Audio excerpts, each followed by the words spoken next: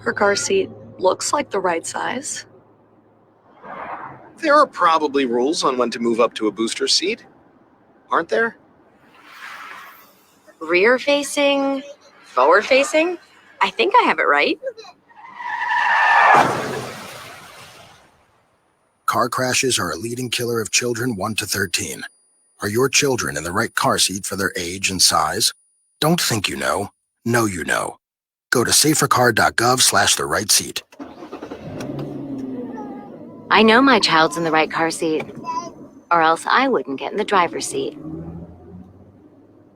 Brought to you by the National Highway Traffic Safety Administration and the Ad Council.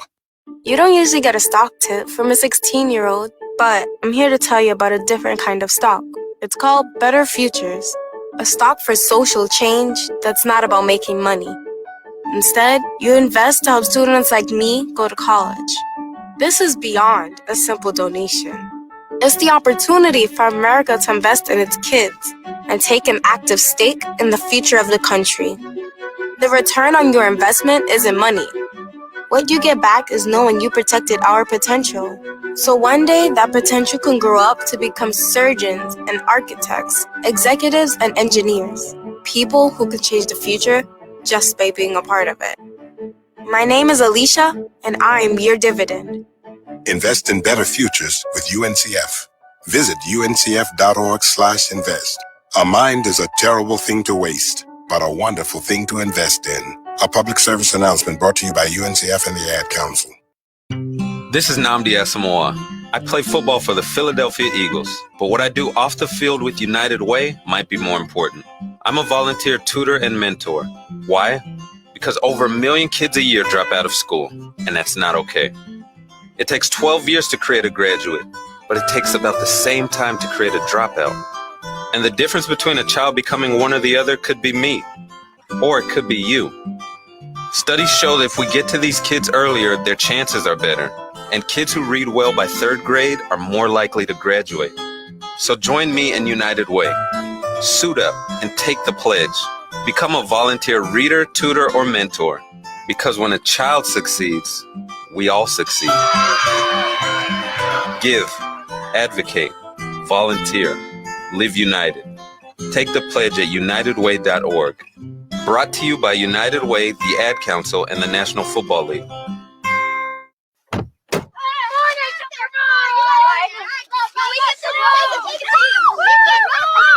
They'll challenge your authority.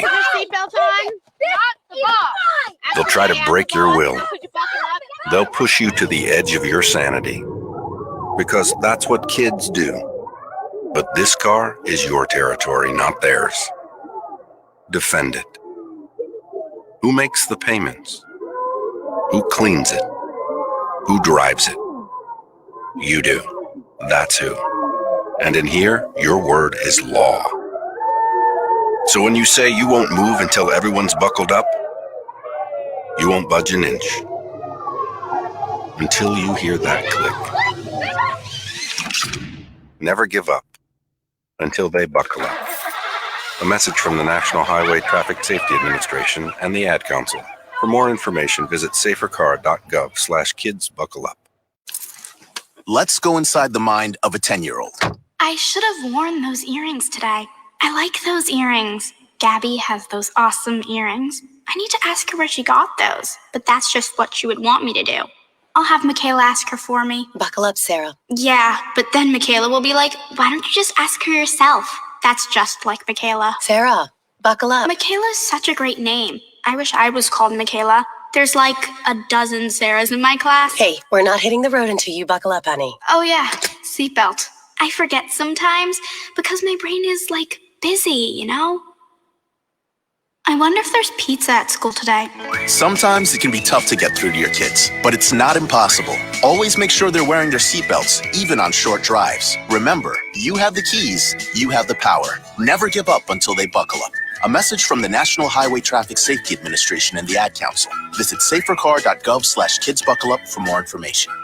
Do current market conditions have you nervous? Our experienced team of financial professionals at Heritage Harbor Financial Associates understands that no two investors are alike. We all have different goals, needs, and appetites for risk. That's why the one-size-fits-all approach does not work, especially when planning for retirement. At Heritage Harbor Financial Associates, we analyze your unique investment style so that you can work toward your individual retirement goals on your terms. Heritage Harbor Financial Associates can help you take steps to reach your retirement goals by providing a wide array of financial products to fit your needs, even for the risk adverse. Give us a call at 631-331-6599 to learn more or to set up an appointment with one of our financial professionals. You can also find us on the web at hhfa.org or on Facebook at facebook.com/hhfa.org. Our number again is 631-331-6599. That's 631-331-6599. Investments in stock, bonds, and mutual funds and variable annuities are not FDIC insured and are subject to fluctuation in value and market risk, including loss of principal. Heritage Harbor Financial Associates offers securities through AXA Advisors LLC, New York, New York. Member FINRA, SIPC. Annuity and insurance products offered through AXA Network LLC.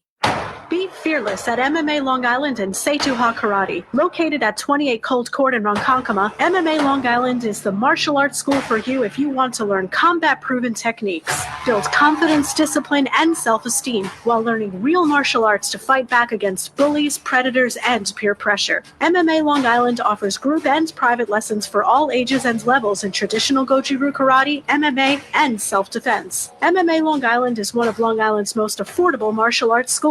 There are no promotion, belt, or membership fees, and family discounts are available. All classes are taught by 7th degree black belt Sensei John Benedict with over 30 years teaching experience.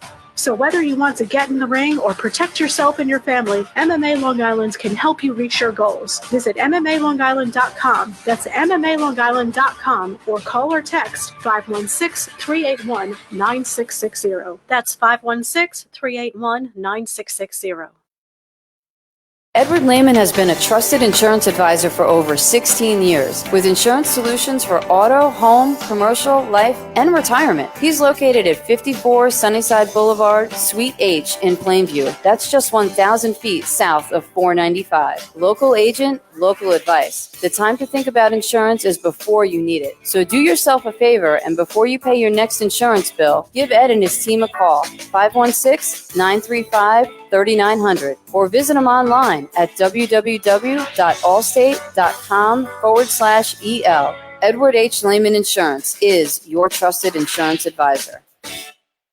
Take a look under your bed. Find stuff under there? What about jobs? No? Now try your basement. There's a pair of overalls that overall you're not so into anymore.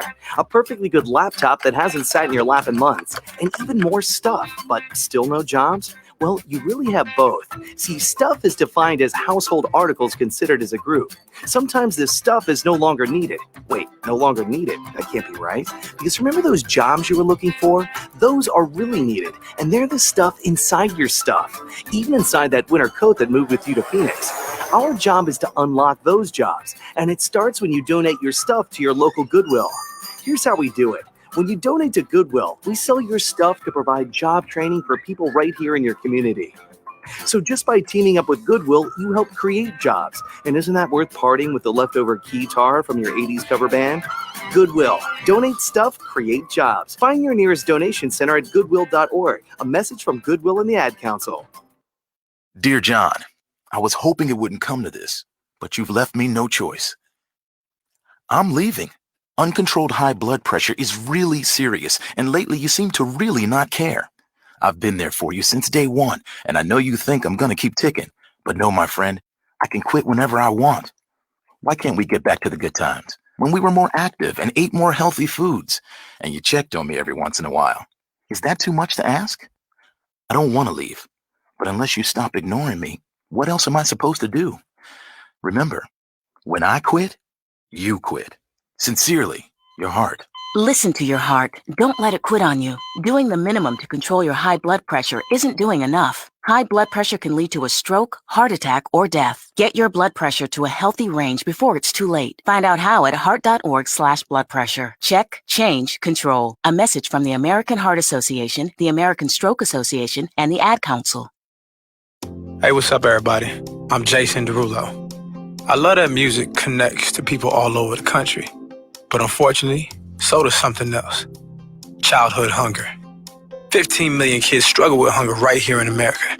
And yet, every year, billions of pounds of surplus food in the U.S. go to waste instead of going to the children in need. Feeding America is working to change this. The Feeding America nationwide network of food banks rescues this surplus of food to help provide meals to families in virtually every community in the United States, including yours. But they just can't do this alone. Join me in the fight against hunger in America. For more information on what you can do to get involved, visit feedingamerica.org. That's feedingamerica.org.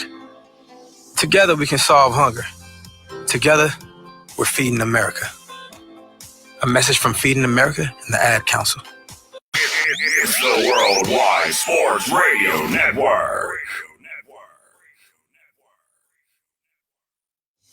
Great moments are born from great opportunity. And that's what you have here. That's what you've earned here tonight. Forget about the crowds, the size of the school, their fancy uniforms, and remember what got you here. If you put your effort and concentration into playing to your potential, to be the best that you can be, I don't care what the scoreboard says at the end of the game, in my book, we're going to be winners. On this team, we tear ourselves and everyone else around us to pieces for that inch. We claw with our fingernails for that inch because we know when we add up all those inches, that's going to make the f***ing difference between winning and losing.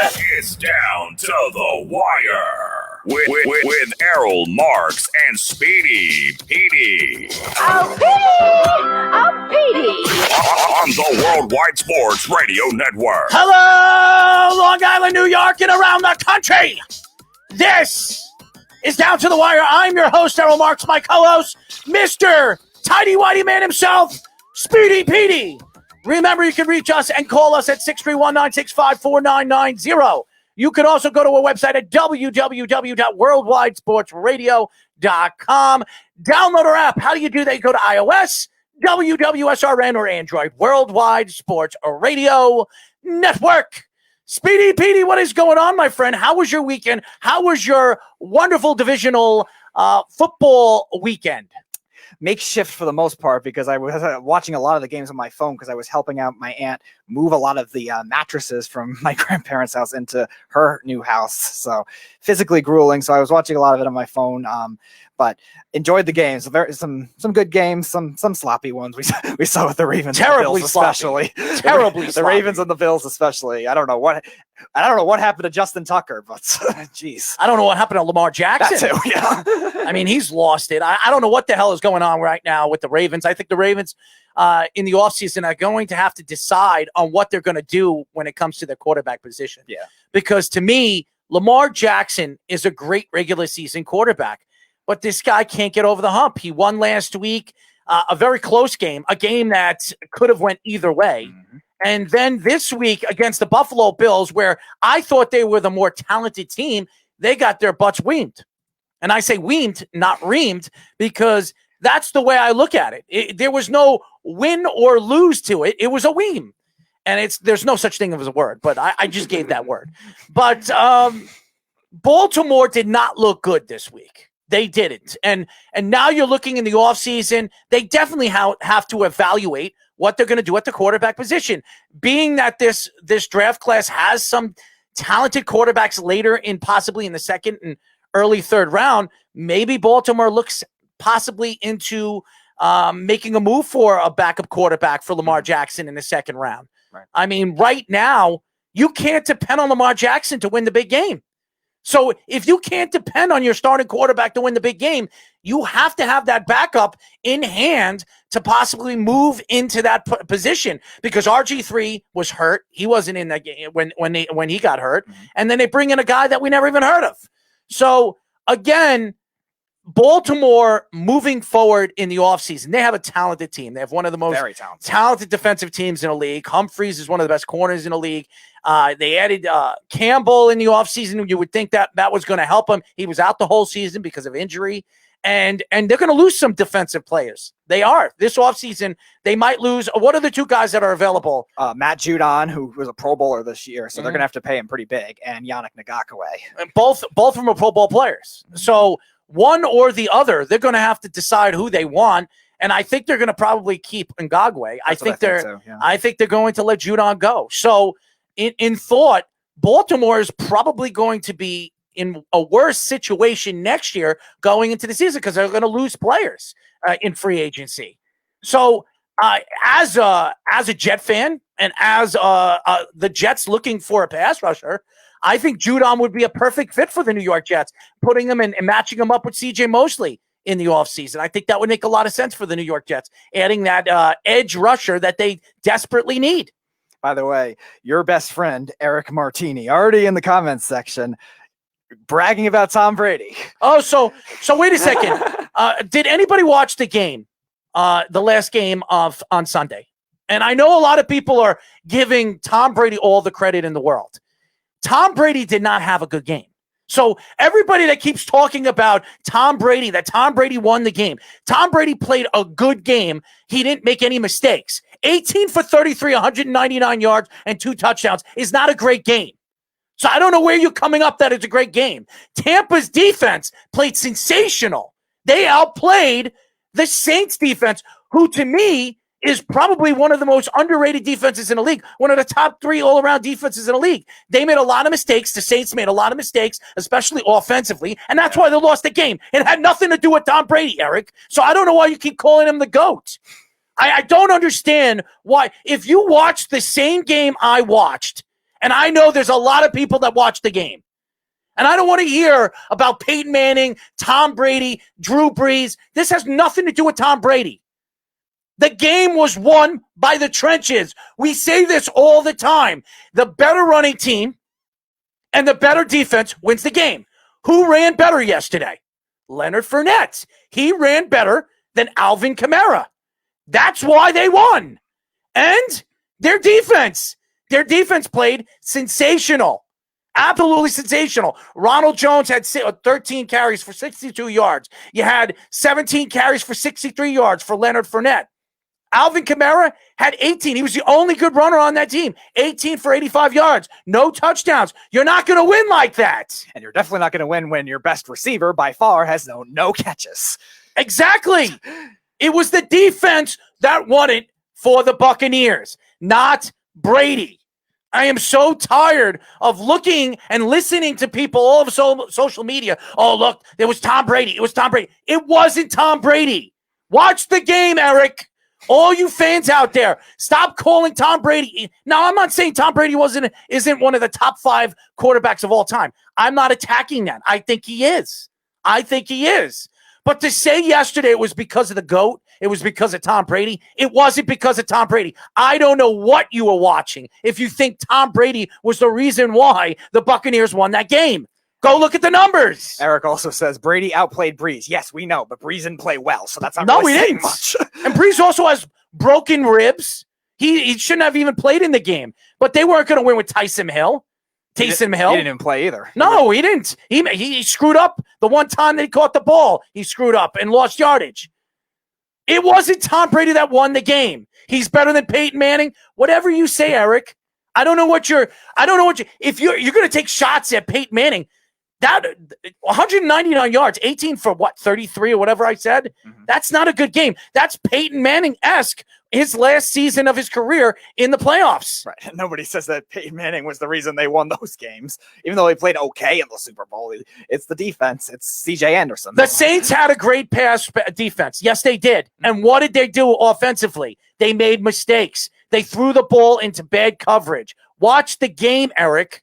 If you can honestly sit here and tell me that Tom Brady was the reason why they won, you don't know what the hell you're talking about. You aren't watching the same game. Because he wasn't.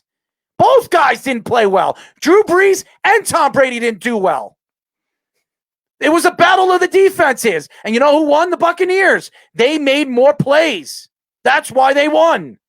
That has nothing to do with Brady. And I don't care what Tony Dungy calls Brady. Who cares?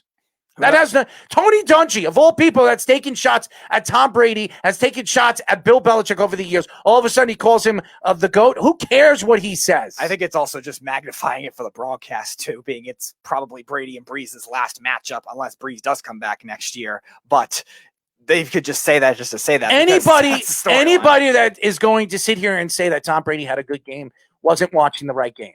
I don't know what the hell you were watching.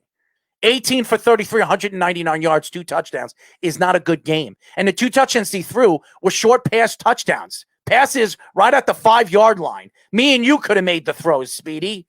Okay? I'm not taking shots at Tom Brady. He won the game. You win the game, you win the game. But it wasn't because of Tom Brady why they won. It was because of the defense and the running game. They outran one of the best running teams in all of football. That's why they won. Watch the game. Why are you going to go on social media? And this is the problem with social media. This is the problem when it comes to people and spectators that watch the same game and they say, well, Tom Brady's the GOAT. You see him win a game? He beat Drew Brees. Okay, he didn't beat Drew Brees. Drew Brees beat himself in the game. That's what happened. Drew Brees beat himself. Tom Brady didn't. That's why Tom Brady won. And judge a game for what it is. I know the quarterbacks are going to create the storylines, but they're not the only thing just because they're the most important position. The 3 best players for Tampa Bay in that game were Devin White, Carlton Davis, and Tristan Wirfs. Not Tom Brady. Anybody that's going to sit here and tell me that Tom Brady was the reason why they won the game don't know what they're talking about. Because Tom Brady, I guarantee you, is not going to take credit for winning that game. And now he's going to go into Green Bay next week, and he's going to have to throw a lot more than 199 yards to beat the Green Bay Packers, okay? There is no way they're going to go into Green Bay in a cold, dark night on Sunday, okay, when it's probably going to snow next week, go into Green Bay, probably below 15, 16, 17 degrees, and beat Aaron Rodgers the way he is playing, because Aaron Rodgers is the hottest quarterback right now in the playoffs. It's not even a question. You want to say Josh Allen's playing good football? You could put Josh Allen there. But besides Josh Allen, the Green Bay Packers, Aaron Rodgers has been absolutely amazing so far. You saw what he did against the LA Rams. A very good defense. One of the best defenses in the league. The number 1 defense in the league. Aaron Donald was crying after the game. That's how much I love Aaron Donald. I love the personality of who he is. He put his team on his shoulders, and even losing the game, he showed how much passion he has for the game of football. I love that about Aaron Donald. I really do. I'm not going to attack Aaron Donald for attacking, for what he did.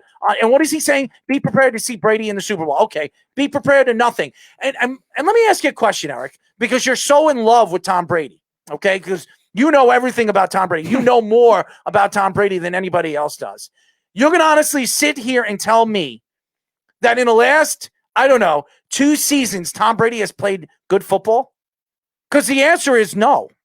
Tom Brady, his last season with the Patriots was not good. This year, he had a pretty good regular season. He really did. Numbers-wise, it would show that. But so far in the playoffs against Washington, I don't care if he threw 380 yards. He played the Washington football team, and he didn't play well. Washington had a chance to win the game. Okay? He almost got beaten by a backup quarterback. 4th-string quarterback. I don't care if he's 43 years old, Eric. Why are you bringing up his age? What is it with you? What is the love fest of Tom Brady? You are a Jet fan.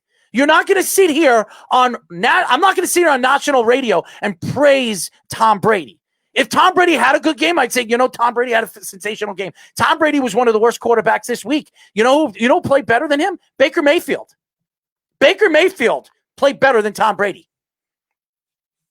Baker Mayfield. That's a lot coming from you. Okay, so that tells you one thing. Tom Brady did not have a good week statistically, and he wasn't the reason why they won. Because Baker Mayfield had a better game than Tom Brady. Which isn't saying much, but still. Coming out of you, that's pretty amazing as the biggest Baker Mayfield critic. And first of all, it has nothing to do with Brady being a Pat. It has nothing to do with any of that. Stop saying that. I can't stand, Eric, I love you. I can't stand when you sit here and you talk about Tom Brady and how great he is. Tom Brady is great. If you're going to tell me he was the reason why they won yesterday, you don't know what you're talking about. You weren't watching the same game. It wasn't because of him. It was because of Todd Bowles' defense. That's why they won. An ex-New York Jet is the reason why they won. And possibly another head coach with the Eagles, maybe. Probably. And that'll be funny.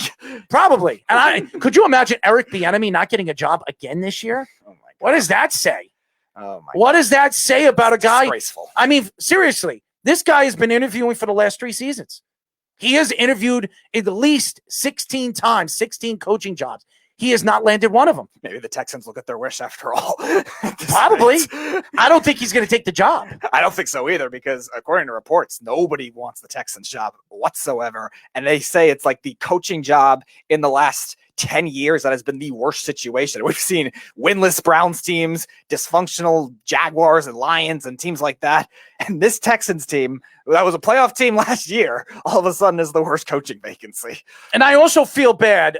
I'll say this. I feel bad for a guy like Patrick Mahomes, because now you're going to an AFC title game. You don't know if he's going to be 100%. I do believe he's going to play. I'll be very surprised if Patrick Mahomes doesn't play in the AFC title game against Josh Allen. But you're playing a healthy Josh Allen, a different Josh Allen. To me, one of the elite quarterbacks right now in the NFL. He is sensational. He has a sensational team. Stefan Diggs, who I can't stand, is playing great football. They're even running the ball very well, which I'm very, very surprised. The Buffalo Bills are not a very good running team, and they ran the ball pretty well against the Baltimore Ravens. Watch out for this X factor, too, with the Bills running game, because they lost Zach Moss for the season. They signed Devontae Freeman last week, who, granted, hasn't played well this season, but he was very good in the playoffs for Atlanta when he was there. And that could be a big X factor against a team that's a below average run defense. It's so interesting when you look at these games, the Green Bay Packers versus now the Tampa Bay Buccaneers. Now you have the two old quarterbacks. I still think Aaron Rodgers is in the prime of his career. I think he's still the best quarterback in the NFL. He's proven that he's still the best quarterback. When healthy, nobody is better than Aaron Rodgers. Nobody. If anybody didn't watch that game against the LA Rams and how he threw the ball, and he was getting sacked and he was throwing the ball 60, 30, 40 yards, okay? And getting it to guys that you never even heard of, okay? Look at the wide receiving core that Aaron Rodgers has. There is not one big name except one. Davante Adams is the only big name on that team. Everybody else would probably be a third or fourth string on every other team. And he's still making the throws. He's still throwing over 300 and some odd yards. He's still throwing 3 to 4 touchdowns a game. That's how good Aaron Rodgers is. Tom Brady is stacked with superstars. Antonio Brown. Go ahead. Evans. Who else? Godwin. Give me another one. 2 good tight ends, Cameron Brate and Gronk. Look at the weapons. Look at the running backs he has. Mm-hmm. Jones and Fournette. Mm-hmm. He's got weapons all over the field. You look at Aaron Rodgers, he's got 2 weapons. Aaron Jones. And Devontae Adams. That's it. That's all the weapons he has. That's it. And look what he has done. Look what he did against the LA Rams. He completely dusted the LA Rams, a hot defense, one of the hottest defense going into the playoffs. Completely beat them up in the open field. Will he do that against Tampa? Now, White is playing great football. He's unbelievable.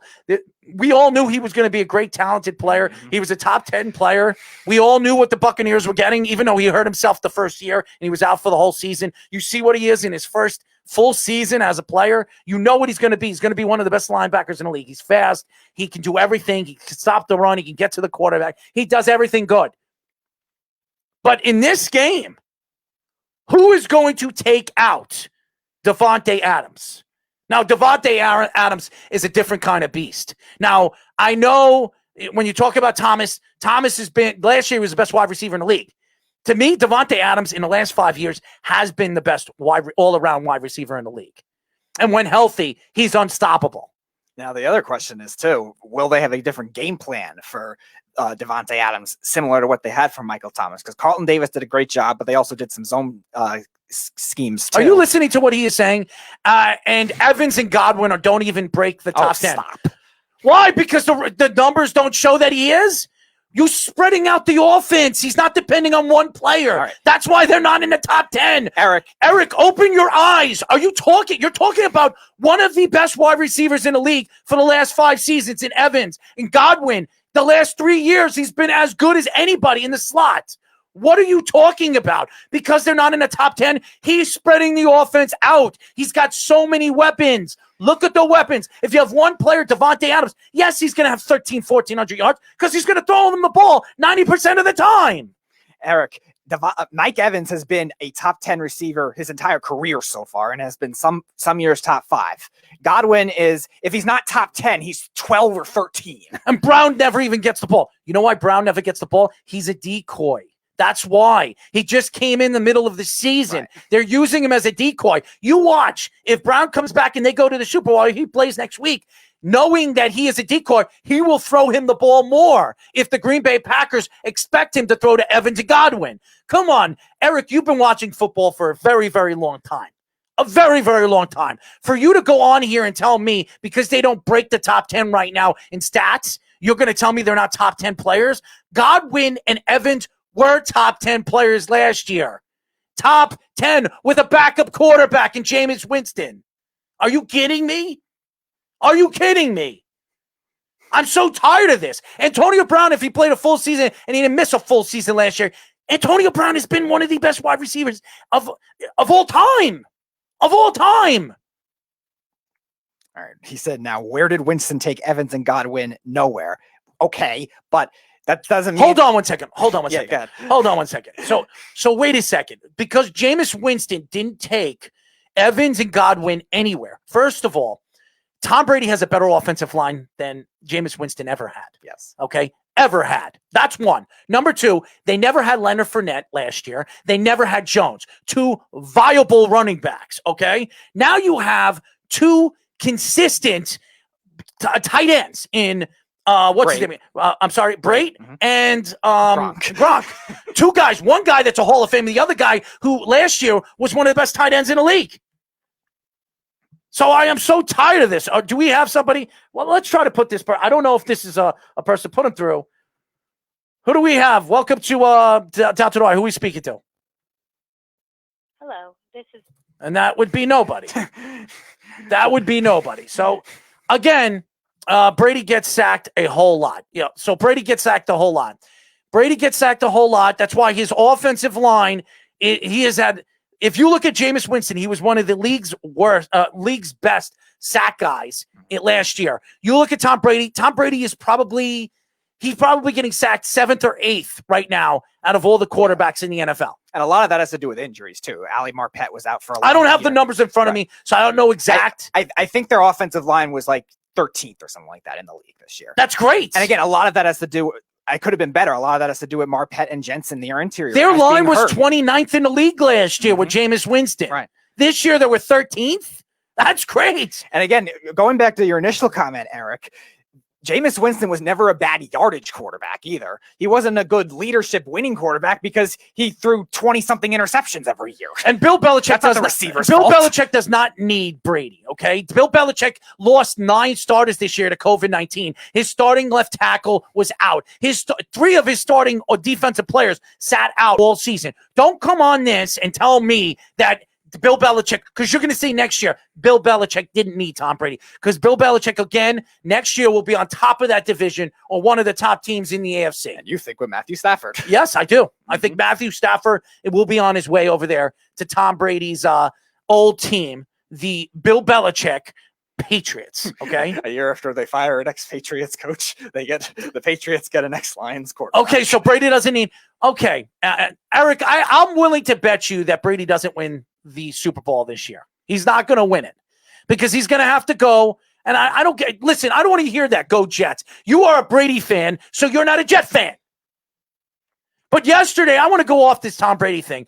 The games, the last couple of weeks, the things that really stood out to me so far in this playoff is Aaron Rodgers, how dominant he is, how special he is, and what he is doing this year. He is going to break records in the playoffs this year. I really do believe that. I think we haven't even seen the best of Aaron Rodgers yet. I don't think we have. I think I picked Baltimore to win the Super Bowl. The way the Green Bay Packers are playing right now, who's going to beat them? Who's going to beat them? I think, that's an interesting matchup when you look at what the Packers could be. The one big key against Tampa will be they have to be able to stop the Yes, run. I told. By the way, he says, yes, I did say the Saints. I didn't think the Saints were going to make as many mistakes as they did offensively. No. Nobody did. Right. Everybody thought that Alvin Kamara was going to touch the ball more than 18 times. He didn't. Not only that, you never know Drew Brees for turnovers. And everybody was taking, you especially has taken shots. You have especially taken shots at Tampa's defense. And Tampa's defense showed up. That's why they won. Go ahead, Speedy. I was going to say, Drew Brees, when he struggled, is not really struggles because he had turnovers either. In this game, he had turnovers.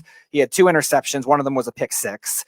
And that's uncharacteristic of it, too. And that is, wait for it, the Buccaneers defense making plays when they need to. Yeah, they made a lot of plays, especially in the fourth quarter. Drew Brees couldn't do anything. It wasn't Tom. Go look at Tom Brady's numbers in the fourth quarter. They weren't good. They weren't good. What won the game was Tampa's defense. In the second half of the game, they dominated the second half. They dominated the line of scrimmage. They stopped Alvin Kamara. That's why they won. Brady is more clutch. Brady wasn't clutch. How many times? The Bees. Put him on. I don't care what he says. Go ahead, Beeve. What do you want to talk about? How are you, my friend? What are you gonna say? Tom Brady was the reason why they won? Let's hear it. What? No, but Tom Brady made the plays when he had to make. Really, he made the plays. 18 for 33. He made the plays. You think that was a good game? He made the throws. He didn't make any throws. He didn't win because of that. He won the game. If you watch the game, I don't know if you watched the game. The 2 touchdowns he threw was on the 5-yard line, and one of the touchdowns was because of an interception. That was because of it. Yes. And the drop of Cook. When Cook dropped the ball, that's when they scored the other touchdown. Okay. I'm just saying. That wasn't Tom Brady. He made it. Then who was it? Who's throwing the ball? Ghost? Throw the ball. He had 199 yards. I don't want to hear about Tom Brady. 18 for 33 wasn't a good game, Beeve. You also think Ezekiel Elliott can run the ball better than Curtis Martin. You also think that Ezekiel Elliott can play behind the same line as Barry Sanders. Are you kidding me? Eric, you don't need to speak because you are as retarded as he is. I told you, Brady made the throws he had to make to win the game. Really? He made the throws. He made the throws. No, Drew Brees made the throws to lose the game. Watch the game. Watch the game. It was the defense. It was battle of the trenches. The better running team and the better defense won the game. That's what happened. That wasn't Tom Brady. And I'm so sick and tired of people giving Tom Brady all the credit. When he wins the Super Bowl, he didn't win the Super Bowl against Seattle. Seattle gave it up. The defense won the Super Bowl when they beat Seattle. Okay. Well, so we're not watching the same game. You can't give it to the quarterback. He didn't do everything. And he hangs up. Good. I'm so sick of it. We have a guest anyway, so good timing. I'm just so sick and tired of listening to this. I am so tired of listening to fans speak about Tom Brady like Tom Brady's God's gift to the world. Tom Brady wasn't the reason why the Buccaneers won yesterday. How many times? What is Eric? Beef, you could call back. We got a special guest. Beef. You could tell Beef. Pull the thing out and tell him we have a guest. We'll get to him after the guest. Mm-hmm. We're going to go to a quick break. When we come back, we will be talking to the host of Belly Up Sports Around for the Weekend, Ryan McCarthy, here on Down to the Wire. It's the Worldwide Sports Radio Network. Do current market conditions have you nervous? Our experienced team of financial professionals at Heritage Harbor Financial Associates understands that no two investors are alike. We all have different goals, needs, and appetites for risk. That's why the one-size-fits-all approach does not work, especially when planning for retirement. At Heritage Harbor Financial Associates, we analyze your unique investment style so that you can work toward your individual retirement goals on your terms. Heritage Harbor Financial Associates can help you take steps to reach your retirement goals by providing a wide array of financial products to fit your needs, even for the risk adverse. Give us a call at 631-331-6599 to learn more or to set up an appointment with one of our financial professionals. You can also find us on the web at hhfa.org or on Facebook at facebook.com/hhfa.org. Our number again is 631-331-6599. That's 631-331-6599. Investments in stock, bonds, and mutual funds and variable annuities are not FDIC insured and are subject to fluctuation in value, market market risk, including loss of principal. Heritage Harbor Financial Associates offers securities through AXA Advisors LLC, New York, New York. Member FINRA, SIPC, annuity and insurance products offered through AXA Network LLC. You're listening to the Worldwide Sports Radio Network. You're listening to Down to the Wire on the Worldwide Sports Radio Network. What the heck did you choose? What track is this? Countdown, old Snoop Dogg track? You look Snoop Dogg. As you guys know, this is Down to the Wire. We are live every single Monday from 6 p.m. to 8 p.m. New York Eastern Time. Remember, you could call us at 631-965-4990. You could go to our website at www.worldwidesportsradio.com. You can also download our app by going to iOS, WWSRN, or Android, Worldwide Sports Radio Network. That was a terrible track, Speedy. Of all the Snoop Dogg songs, you take that track? Of all the tracks. We've done a lot of Snoop Dogg songs. I don't want to repeat them. That was horrendous. That's a horrendous track. I don't want to repeat them. I felt like I was part of, I was part of Compton right there. I mean, seriously. Anyway. He probably experienced that. Well, finally, we're going to get a guest on that probably knows a lot more than our fans on our social medias are attacking in every kind of way about Tom Brady. But finally, we have our first guest of the day. We are now talking to the host of Belly Up Sports Around for the Weekend, Ryan McCarthy. What's going on, Ryan? Gentlemen, thanks for having me on. I appreciate it. I was listening to the show before you brought me on, and Errol, you're on fire, dude. Thank you, man. Thank you. Well, you know what it is, Ryan? I can't stand, and a lot of these guys, they come on and they talk. I've been reading all over social media all day today about Tom Brady this and Tom Brady that. I understand that people think I hate Tom Brady. I think Tom Brady is a top 5 quarterback. I'm not going to argue that. But Tom Brady, year in and year out, it doesn't matter if he plays well or he plays terrible. If he wins, they give all the credit to Tom Brady, even if it's not Tom Brady. If he loses, it's not Tom Brady's fault. It was the defense. It was the running game. It was this. They don't want to blame anything on Tom Brady. Well, he is the patron saint of this era, so just want to let you know that. No, did you guys see the way he tried to high-five the referee, and the referee was like, yeah, this isn't New England, Tom. Stop that. Yeah. Well, knowing the way the refs started the Saints, they probably would do it anyway. Oh, boy. To me, I wouldn't be surprised if the refs actually helped Tom Brady win the game, because we've seen this over and over again. And how many times have we seen Tom Brady actually high-five a referee in the middle of a playoff game? We've seen it quite a few times. I remember against the Atlanta Falcons in the Super Bowl, he did that as well. So that's just me. I don't know. I'm not saying that there's some kind of inside information. Yes, I don't know if there's something, but to me, a lot of people love Tom Brady and what Tom Brady, who he is as a person, who he is as a football player. But Tom Brady wasn't the reason why they won the game. Tom Brady was a piece of why they won the game, but he wasn't the factor on why they won the game. So let me ask you, Ryan, how are you and your family doing with this pandemic? We're doing all right. I already work from home. I work a full-time job with an insurance company, so I've been working from home for roughly 6 years. So I wasn't too affected at all. I've had other family members who had to start working from home. My parents, who are in their 60s and 70s respectively, they're doing all right. They're hanging in there. We're just waiting. We're just counting down the days until things are back to what they were before. Like I want to be at the ice. I want to be the ice rink taking pictures of hockey games or watching hockey games and enjoying a beer and a hot dog at a baseball game. That's where I want to be this year. That's where I want to be. I'm pretty sure you got the same way. Absolutely. We are talking to the host of Belly Up Sports Around the Weekend, Ryan McCarthy.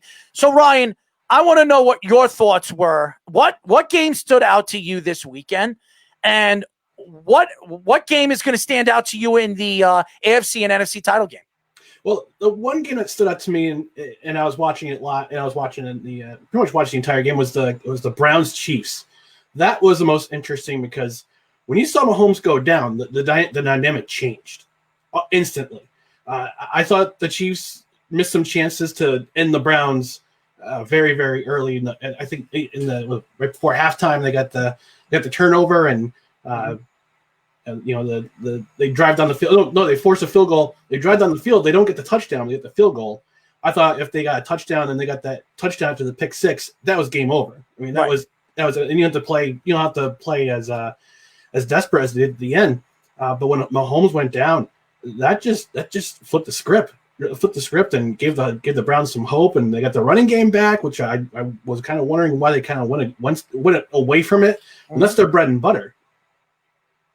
Yeah, I actually picked the Browns on the upset, so it was very close. I just couldn't get the final stops at the end of that game. Now, sticking with the Chiefs, are you concerned maybe that they played not necessarily, maybe either played down to them or didn't look as good as they should have against the Browns? Even in the times with Mahomes in the game, they were settling for field goals a lot more than usual. Harrison Butker missed an extra point and a field goal, which is very he missed.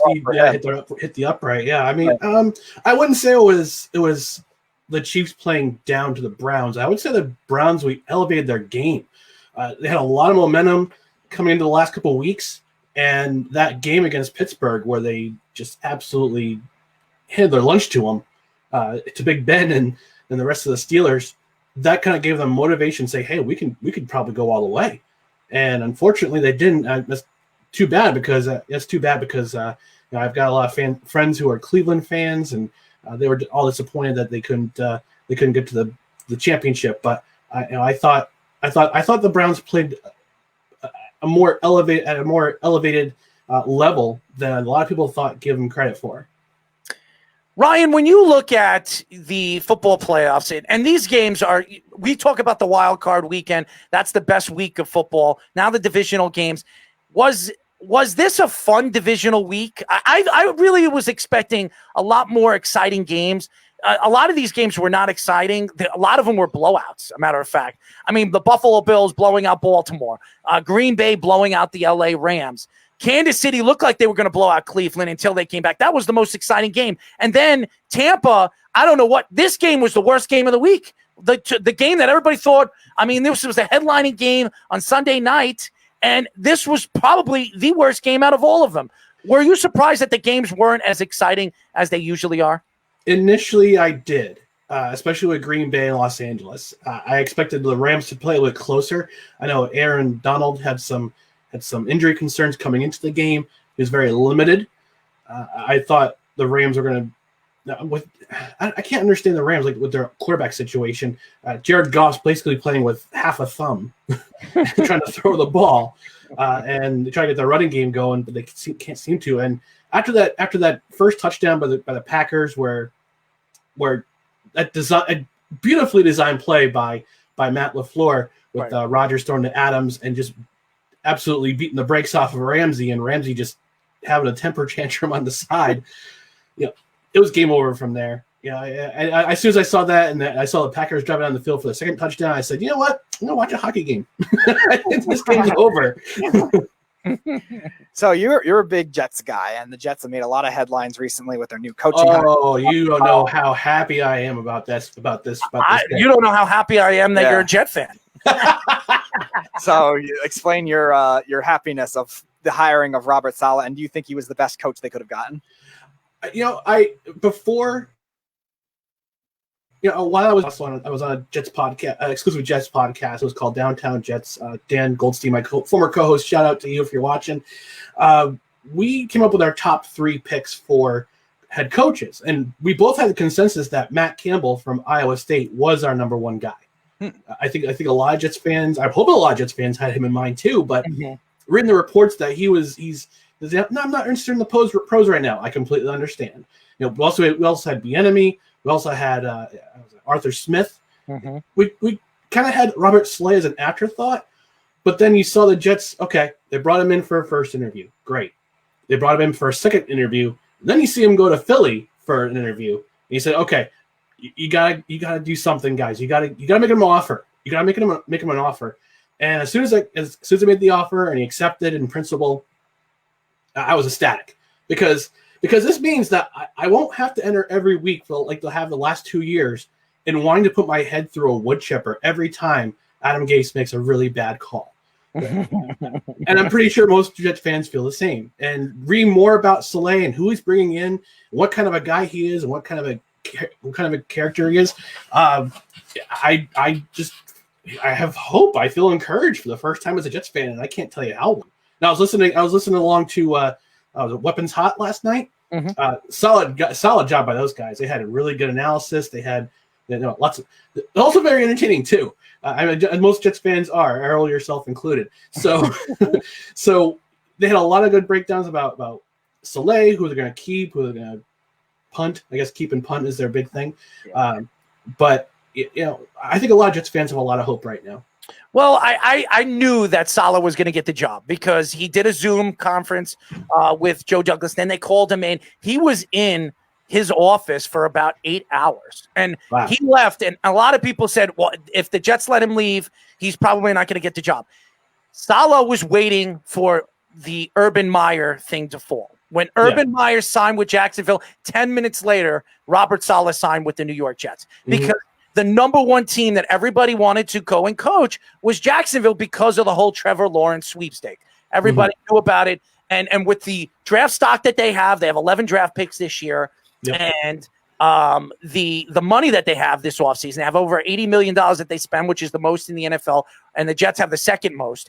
A lot of people thought that Saleh wanted that job. When Urban Meyer fell to Jacksonville, I knew, and I told everybody, I told all the Jet fans, don't worry, everybody. I was on 2 radio shows, 2 FM shows when they asked me, who do you think is the next head coach of the New York Jets? I said, hands down, it's Robert Saleh. I'll be very surprised before the end of the week he doesn't sign with the New York Jets. What happened the day after? He signs with the New York Jets. So I'm very excited with Robert Saleh. I really am. I like the fact that he's bringing LaFleur in, who a lot of people say is an up and coming offensive coordinator, and he'll probably be there for maybe 1 or 2 years, and then he'll get a head coaching job. And the stories that are coming out that the Jets are looking to possibly bring in, what's his name again from the old Cowboys, the cornerback coach. Chris Richard. Chris Richard. That's what I'm hearing right now. It looks like Chris Richard might be getting the job as the defensive coordinator for the Jets. So you have 2 really young, offensive, defensive coordinators, and you have Robert Saleh, who's a very young guy too. He's younger than me. That's I'm 43. He's 41. So that's just it's interesting to see that like all these coaches are younger than me. It's just I feel old. Well, I feel old too. I'm 38, so I'm getting there too. But hey. Yeah. You're only as old as you feel. I'm prefer to be kind of a big kid at heart. So well, I got one of the biggest panty droppers over here, and then you have me. So we have a lot of things. But as you guys know, we are talking to the host of Belly Up Sports Around the Weekend, Ryan McCarthy. Now, Ryan, you are a hockey fan too. Yep. And what I heard, through the grapevine, is that you're a Ranger fan. Am I right? No, I'm a New Jersey Devils fan. Oh, I'm sorry. You're a Devil fan. So, it's okay. So the beginning of the season, last week, the beginning of the season was Wednesday. The New Jersey Devils are playing good hockey right now. They really are. They've been in every single game. You're seeing Jack Hughes slowly but surely develop. You have some of the young players that they have. Mm-hmm. What are your thoughts with the Devils, and what are your thoughts this year in the division that the Devils are playing in? Well, it's definitely the toughest division in hockey. That's for sure. It's the most, and the beauty about being in the East is that you don't have to travel as much as you do have the other divisions. Like the Canadian division, you have to travel all 3 time zones to get to where you're playing. The West Division, you got to travel 3 time zones. Central, 2 time zones. But with the East Division, it's based north. It's northeast based teams. And the farthest south you gotta go is Washington. The farthest west you gotta go is Buffalo. So everybody's regionally not that too far apart. There's gonna be you get the old rivalries like with the Patrick Division. You still got the Philadelphias and the Washingtons and the Rangers and the Islanders. But then you got the Sabres and the Bruins, and the Bruins got announced as one of the teams to play in the East. That whole thing flipped. I mean, Boston became basically the team to beat, and the Devils played them the first 2 games. I had a little bit of concern because they're Boston. The Bruins have been the Bruins the way they've been they played the last 10 years. They've been to 3 Cup finals. They've won 1, and they still have a lot of those guys around from the 2011 team. They're just a little bit older, a little bit more experienced than a lot of the Devils. I mean, most of the Devils were wet behind the ears right when the Bruins were winning their first Stanley Cup in 2011. So watching the first two games, now I finally have MSG on Fubo. I can finally watch Devils games. It's been a while, but watching the first two games, I've noticed a couple things. The first thing, they push the pace. The team is fast. The team is very fast. They're young. I mean, they get some little experience in there, but they're fast. They push the pace. They're going to put pressure on the opponent. The fact they got 3 out of 4 points against Boston to start the season, it should tell Devils. It should give Devils fans a lot of hope. And the one thing I really I'm kind of nitpicking here, but their power play, they're 0 for the season. I want to see them shoot the puck more than the power play. I know Mark Recchi was brought in as an assistant to help with the power play. So they got 54 more games to go. That shouldn't be too much of a concern. So the 2 number 1 picks, obviously Jack Hughes being the big name, but also Nico Hischier. How do you think they will develop this season under Lindy Ruff and with Hischier specifically? Because obviously Hughes is a great prospect. We know that. Is it kind of like a fringe type of guy because he has really struggled so far the first 3 years? And Hughes, what kind of belief can you see? Because we know the potential that he has. Yeah, I know Hischier is not playing right now. He suffered an off-ice leg injury before training camp, so he hasn't played yet. I think they expect him to play either this week or the following week. But Hughes, I've been really impressed by him, and I expected him to have a bounce-back year, considering this last season was kind of a disappointment for his rookie season. He only scored 21 points in 66 games.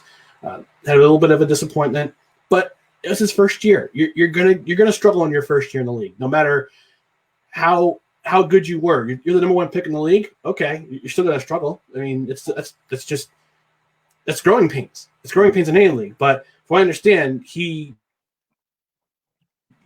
built a lot of muscle. He became stronger, and it was evidenced in the first couple games. He's got 3 assists in his first 2 games, and he's possessing the puck. One of the interesting factoids from Saturday's game, I think in the first 2 periods, he had the most ice time. He had the puck the longest in the Bruins zone, in the Bruins defensive zone. So when the Devils are on offense, and he's on the ice, he's going to have the puck the most.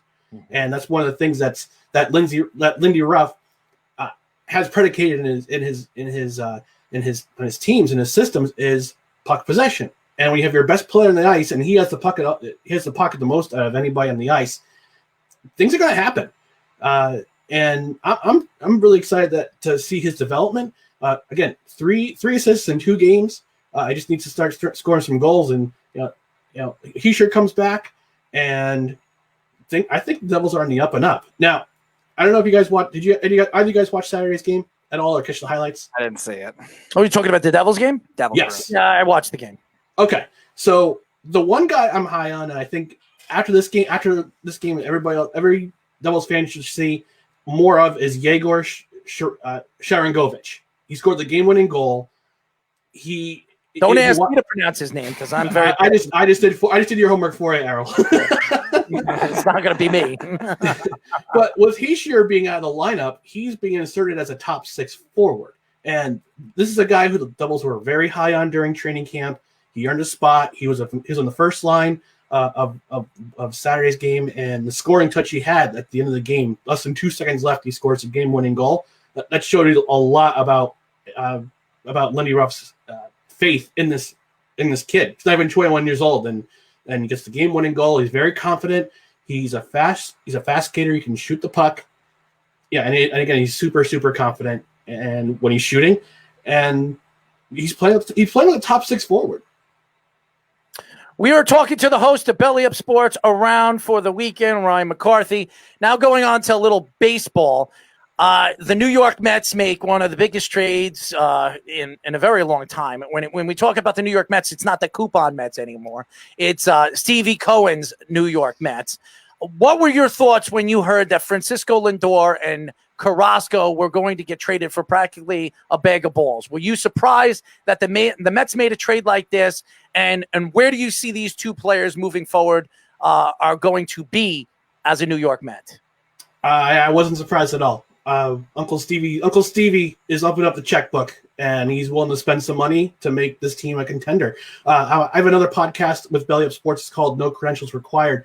My co-host, Corey, if he's watching, we discussed in the last episode about this trade. We talked about it a lot. And Lindor and Carrasco, he gives the Mets another arm, especially with, you've got 4 really good pitchers. You got DeGrom, who's your ace. You got Syndergaard, who's coming back this year. You got Stroman, and now you've got Carrasco, who has playoff experience, knows how to pitch in the playoffs, and you can be a difference maker. Now Lindor gives the Mets more offense. You're not going to have to rely on Pete Alonso all the time for the big bat to get a home run in a timely fashion. Now you have Francisco Lindor, another big bat who can drive in runs. And I guess he's pretty solid defensively too. From what I understand, he's still in his late 20s.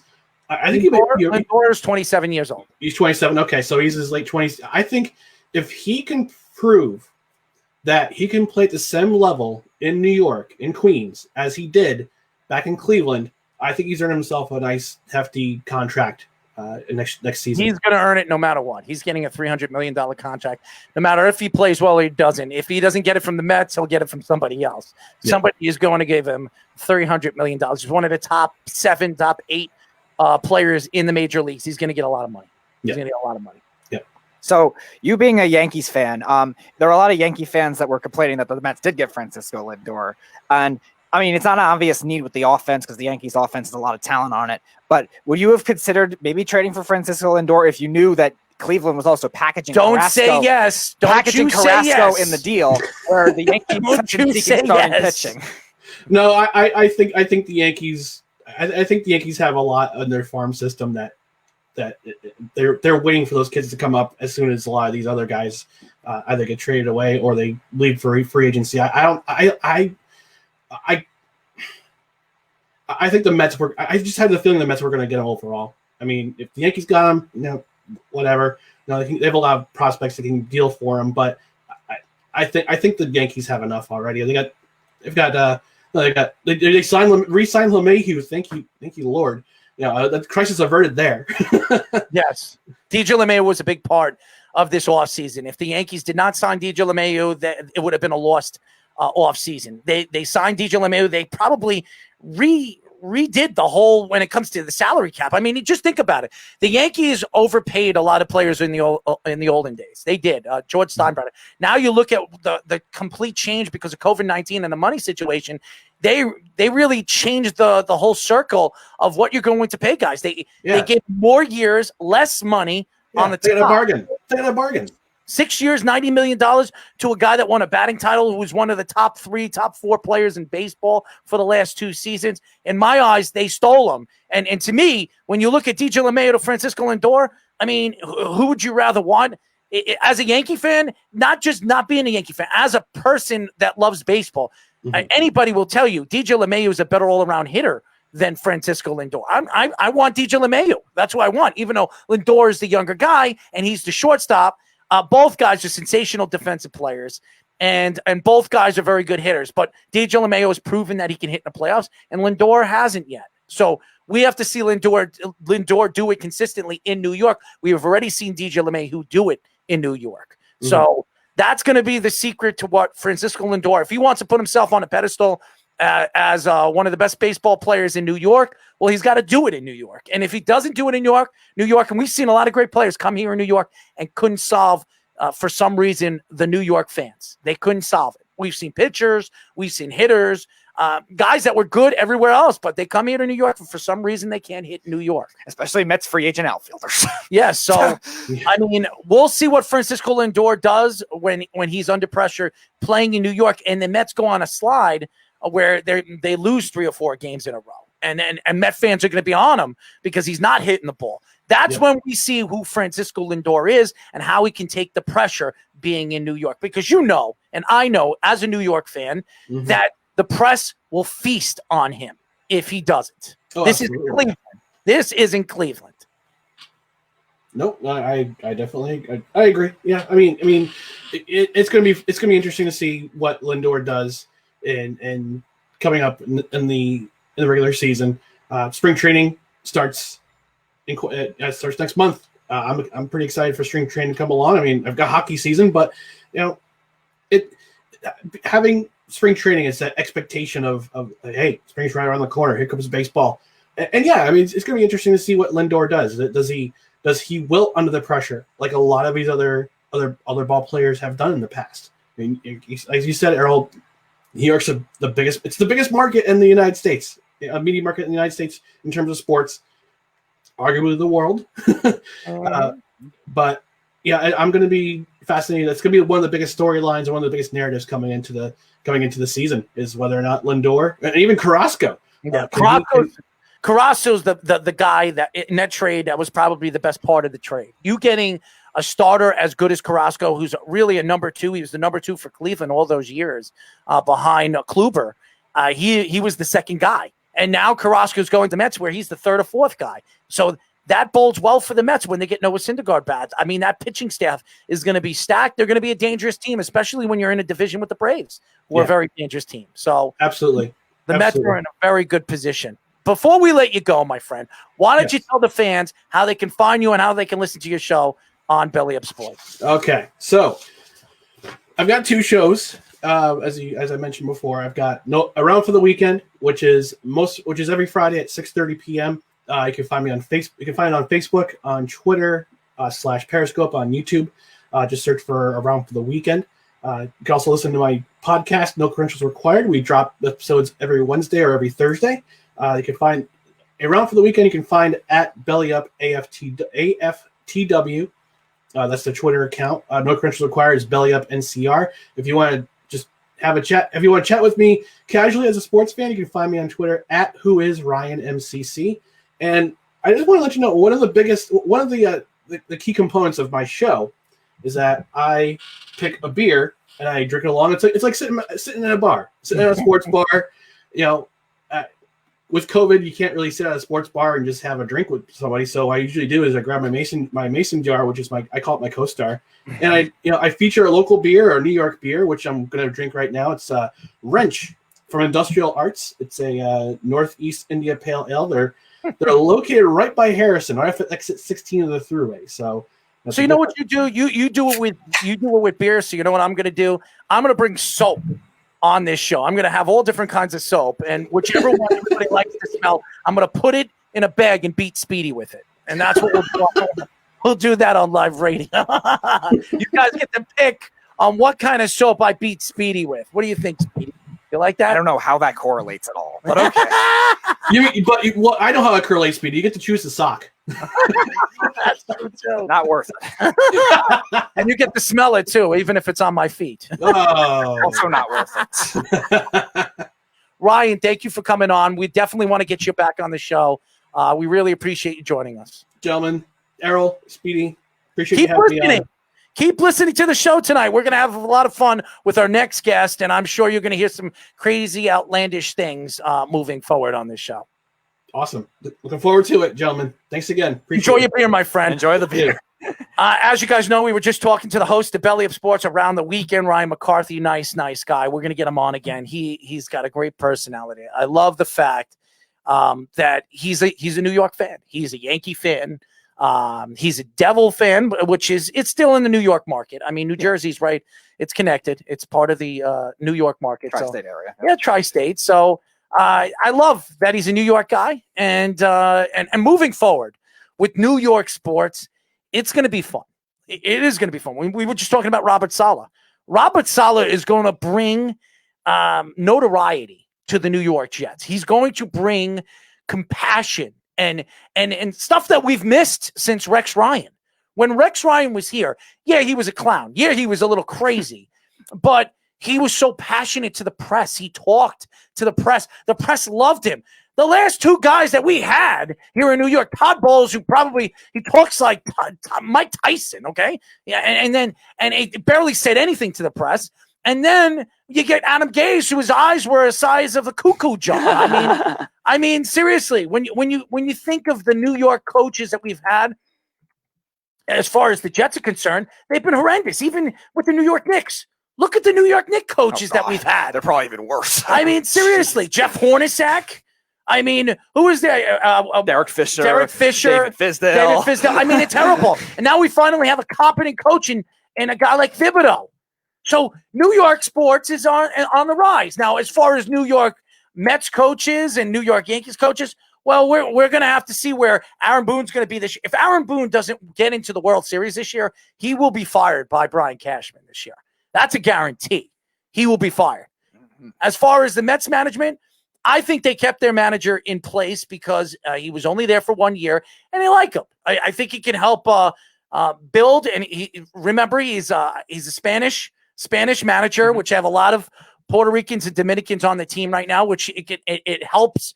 It kind of gives them influence on playing hard. So I love that about the Mets. I think the Mets moving forward are going to be a very, very dangerous team with Carrasco and with the pitching staff that they have, and even Francisco Lindor. We'll see if Francisco Lindor can take the pressure. Before we get our second guest on the show, I do want to get into some basketball conversation. And I will say this. I watched the Brooklyn Nets first game with James Harden.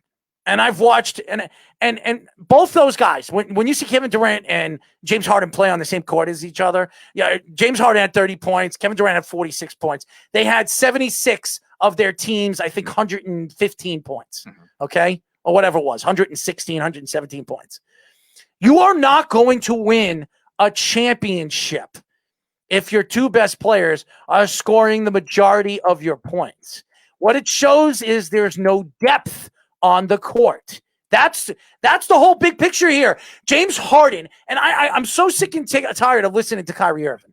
Okay? All the conversations. I listened to Stephen A. Smith this afternoon on what he said about Kyrie Irving, and when Kyrie Irving bought George Floyd's family a house, big whoop. Who cares? Okay. The fact is that Kyrie Irving is making $100 million right now from the Brooklyn Nets. He got Kenny Atkinson fired. He's probably going to get Sean Marks fired. And Steve Nash, we hear that he didn't want Kevin Durant and he didn't want Steve Nash as the head coach. So what does Kyrie Irving want? Does he want Speedy Petey to be the coach? Does he want Speedy Petey to wear his tighty whities on his head and become the coach? How about this? Why don't we make Kyrie Irving the coach and him be the first player and head coach on in the NBA? How about we do that? Last second at the end of the game, Kyrie Irving calls timeout. I call this play the flat earth. Whatever he calls it. I mean, think about it. Kyrie Irving has been the laughing stock of the NBA right now. And the Brooklyn Nets, the NBA fining him $50,000, and a couple of weeks ago they fined him $15,000 or $20,000 because he wasn't talking to the press. Do you think Kyrie Irving gives a crap that he's paying $70,000? This man makes $190 million. He made, I think he's made over $280 million in his career as an NBA player. Does anybody think he cares about $70,000? Maybe you and me do, Speedy, because $70,000 is a lot of money. To Kyrie Irving, it's pennies to a dollar. Okay? It means nothing to him. And the fact that he's sitting out, he's partying on a bus, and he's not going, it just, to me, the Brooklyn Nets have to do one thing and one thing only. They got to trade this guy. They got to move on with this guy. But who's going to take a selfish player like Kyrie Irving? What team is going to take a selfish guy that has been a coach killer, has hurt teams everywhere he's gone? Just think about it. Everywhere he's gone, he's ruined those teams. Cleveland, he was a good player. They didn't win more than 19 games until LeBron James went there. Right. Then he gets traded to the Celtics. He goes to the Celtics. And the Celtics, what did they win? They won more games when he wasn't in the lineup. They went further in the playoffs without him in the lineup, too. That first year, 2017, when he was hurt. And now he's playing with the Brooklyn Nets. The first year as the Brooklyn Nets as the only superstar on the team, they didn't even make the playoffs. They didn't even make the playoffs. Yeah, they did. They were I'm sorry. The 7th seed. Well, whatever. To me, that was nothing. They got knocked out in the first round. So they weren't a good team. They were the Eastern Conference playoffs. Nevertheless, Kyrie Irving wasn't the reason why they made the playoffs. Because Kyrie Irving wasn't even in the lineup the full season. Kyrie Irving can't stay healthy. And that's the problem right now with Kyrie Irving. When Kyrie Irving does come back, let's say Kyrie Irving walks through the door tomorrow. What is he going to take a step back? Is he going to take a step, 2 steps, 3 steps back now that Kevin Durant and James Harden are there?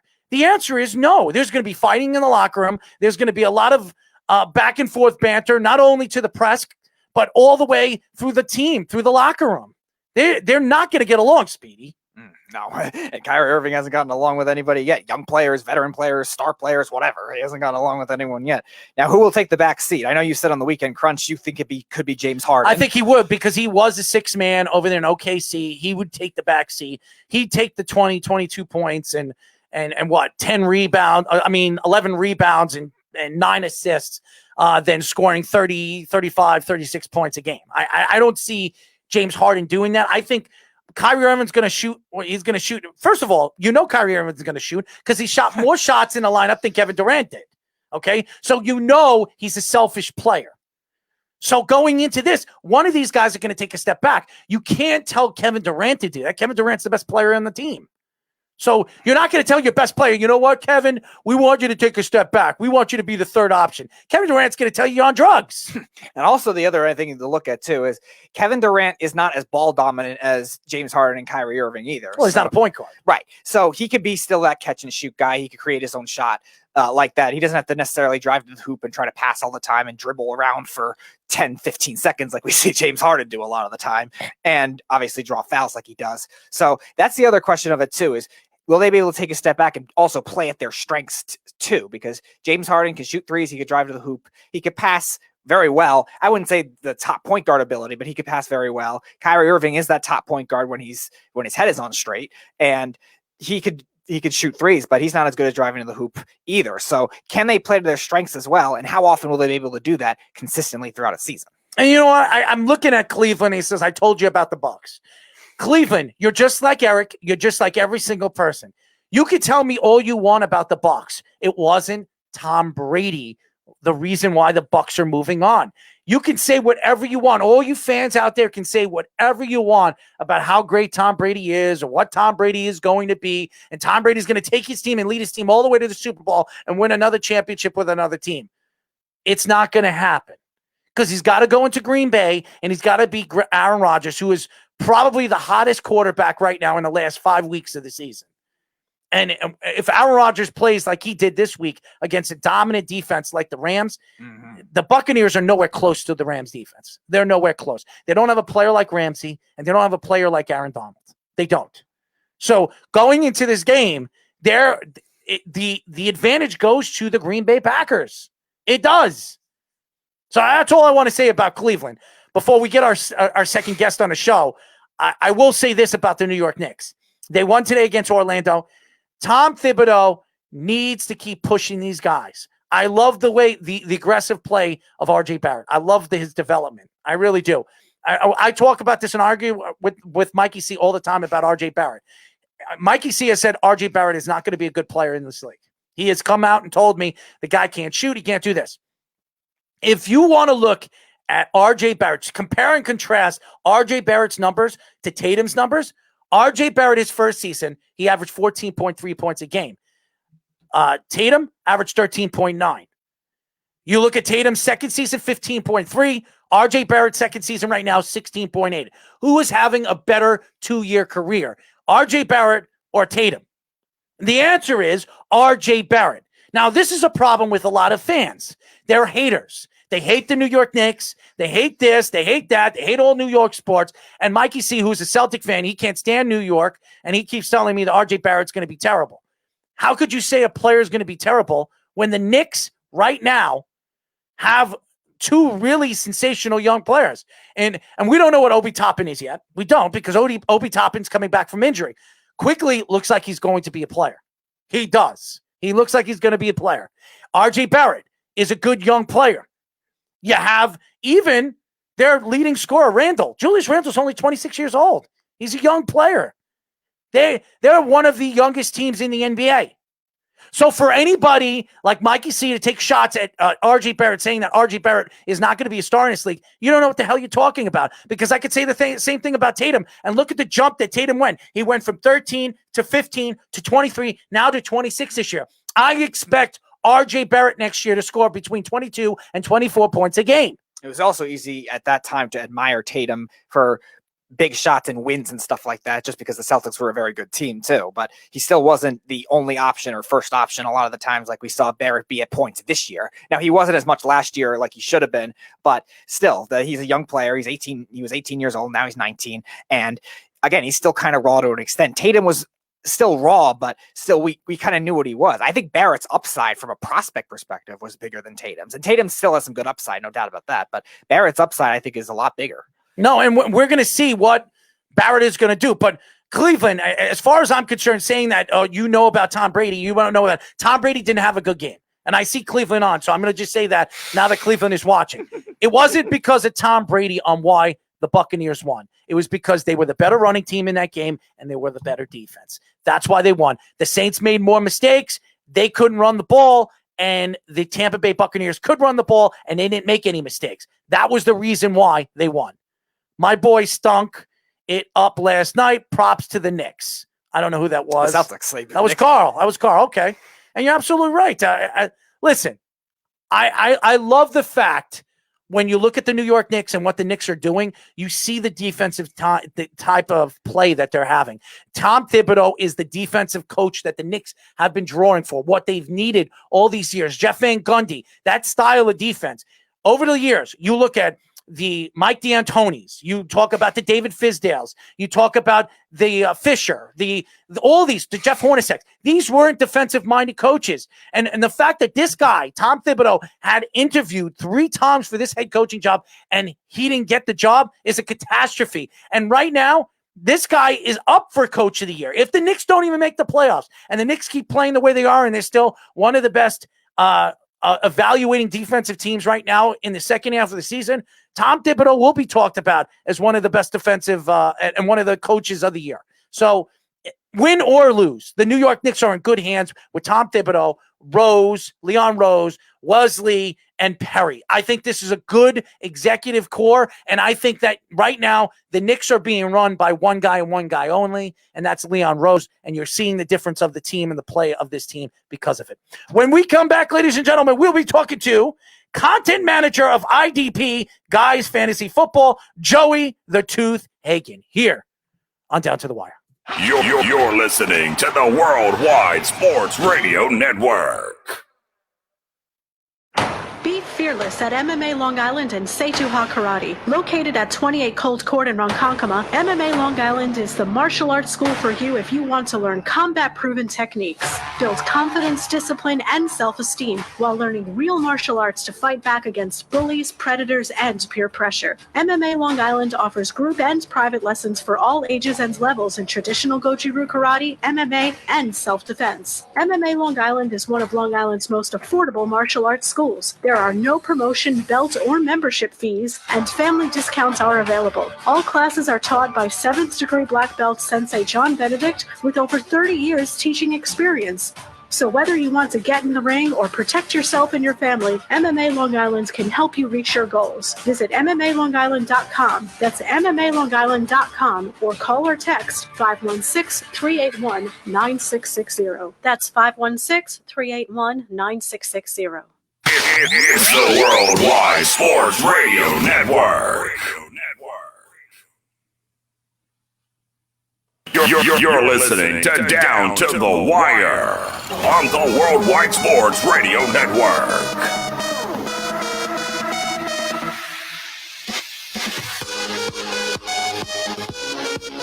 As you guys know, this is Down to the Wire. I'm your host, Errol Marks, and my co-host, Tidy Whitey Man, Super Tidy Whitey Man, Speedy Petey. Remember, you can call us at 631-965-4990. You can go to our website at www.worldwidesportsradio.com, and you can download our app by going to iOS, WWSRN, and Android, Worldwide Sports Radio Network. Wow, wow, wow. Well, back and forth banter with the games this weekend, the divisional series. When it comes to football, it's been crazy. Football conversation. We talked a little bit with Ryan McCarthy about some hockey. We talked a little basketball. And now we can talk a little fantasy. As you guys know, we are now talking to content manager of IDP Guys Fantasy Football, Joey the Tooth Haggan. What's going on, Joey? What's going on, fellas? Thanks for having me. Absolutely, man. How are you and your family doing with this pandemic? Pretty good for the most part. I mean, me and my wife we swapped our hours around at work, so we don't have to send our daughter to daycare. We have a 10-month-old daughter. Like, my wife was literally in labor when this pandemic broke out. They told us we can't have any visitors, and we were just like, oh, okay, that's how it's going to work, huh? So that was pretty crazy. So my daughter doesn't know any bit of normalcy yet in her life. It's pretty much just pandemic. Well, it's crazy. This has been a crazy year. A lot of Americans. We have a new president who we talk about the inauguration, whatever. I can't pronounce it, but we have a new president coming into office at the end of the week, which is it's crazy. Hopefully, moving forward, we can start banding together again as a country and move forward and not be against one another, because I think it's just been absolutely crazy. That's why we don't talk politics on this network. Yeah, 100%. But tell us a little bit about your fantasy show and what you do with the content as the content manager of IDP Guys in Fantasy. All right, with IDP Guys, we usually have about 5 or 6 weekly articles during the regular season. What I do is I make sure everybody's got their stuff on a timeline. When their articles are finished, I bring it straight to Twitter and other social media outlets, and I make sure their content gets seen. They get the clicks so people can get their content out there. I'm out there. I get my own show, the IDP Update, that I go on and I do just a weekly show, injury report, who was hot, who wasn't, the top waiver pickups for the week, and I just do a quick 30 minutes in, out, precise, and just go. Well, I am a fantasy guy, and I usually play a lot of football fantasy. I'm usually in 3 or 4 leagues. This year, I decided with the whole Black Lives Matter and what all these different organizations did, I decided not to play fantasy just for the sake of this year. I took a step back with fantasy. So one question I have for you, were you surprised with Tom Brady's fantasy position this year, as well as he played in the second half of the season? Or were you not surprised going to Tampa Bay and with the offensive ability that he had with all the different wide receivers he had that he hasn't had with the Patriots? No, I wasn't surprised at all. I mean, he's shown slight decline. I mean, obviously his arm still is pretty weak. I was never really a huge fan of his arm in the first place, but he was always an underneath guy. You give him targets like Chris Godwin, who can line up all over the line. You have Mike Evans, who's your huge red zone threat. And then you add Antonio Brown to the mix, who can line up all over. And then you have even Scotty Miller. Scotty Miller at the beginning of the season was Tom Brady was a big fan of his. He kind of reminds him of that Julian Edelman type player. And then you also bring in Gronkowski. It's like a level of comfort for Tom Brady.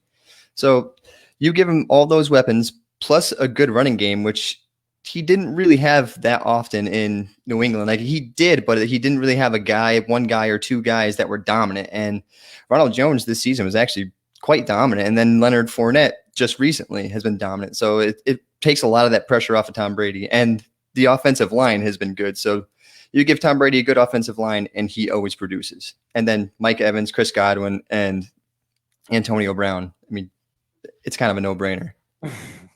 So you actually have a big emphasis with rookies. You do a lot of rookie analysis with each NFL draft, particularly for Dynasty Football leagues, but again, also for all the research in general with that.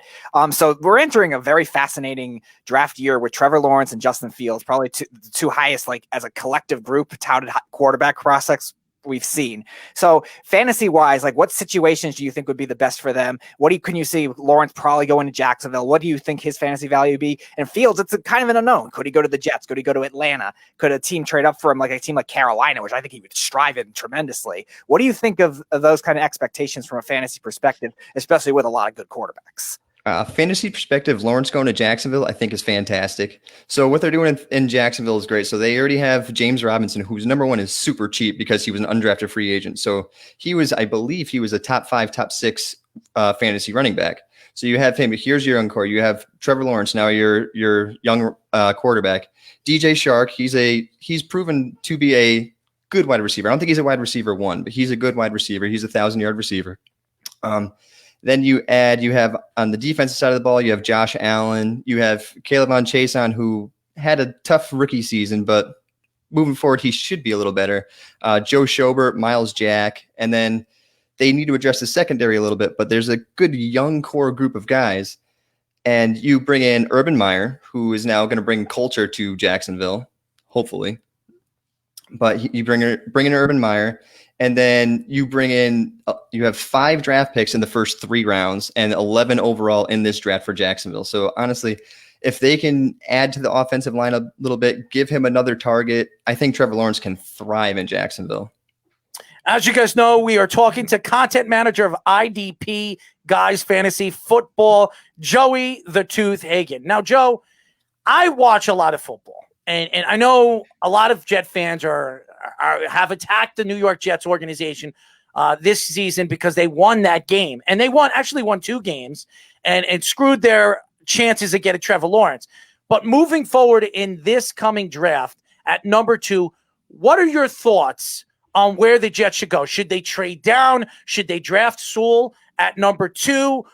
Do they trade down, try to add to their draft stock in their first 3 rounds? I think they have 5 picks in the first 3 rounds.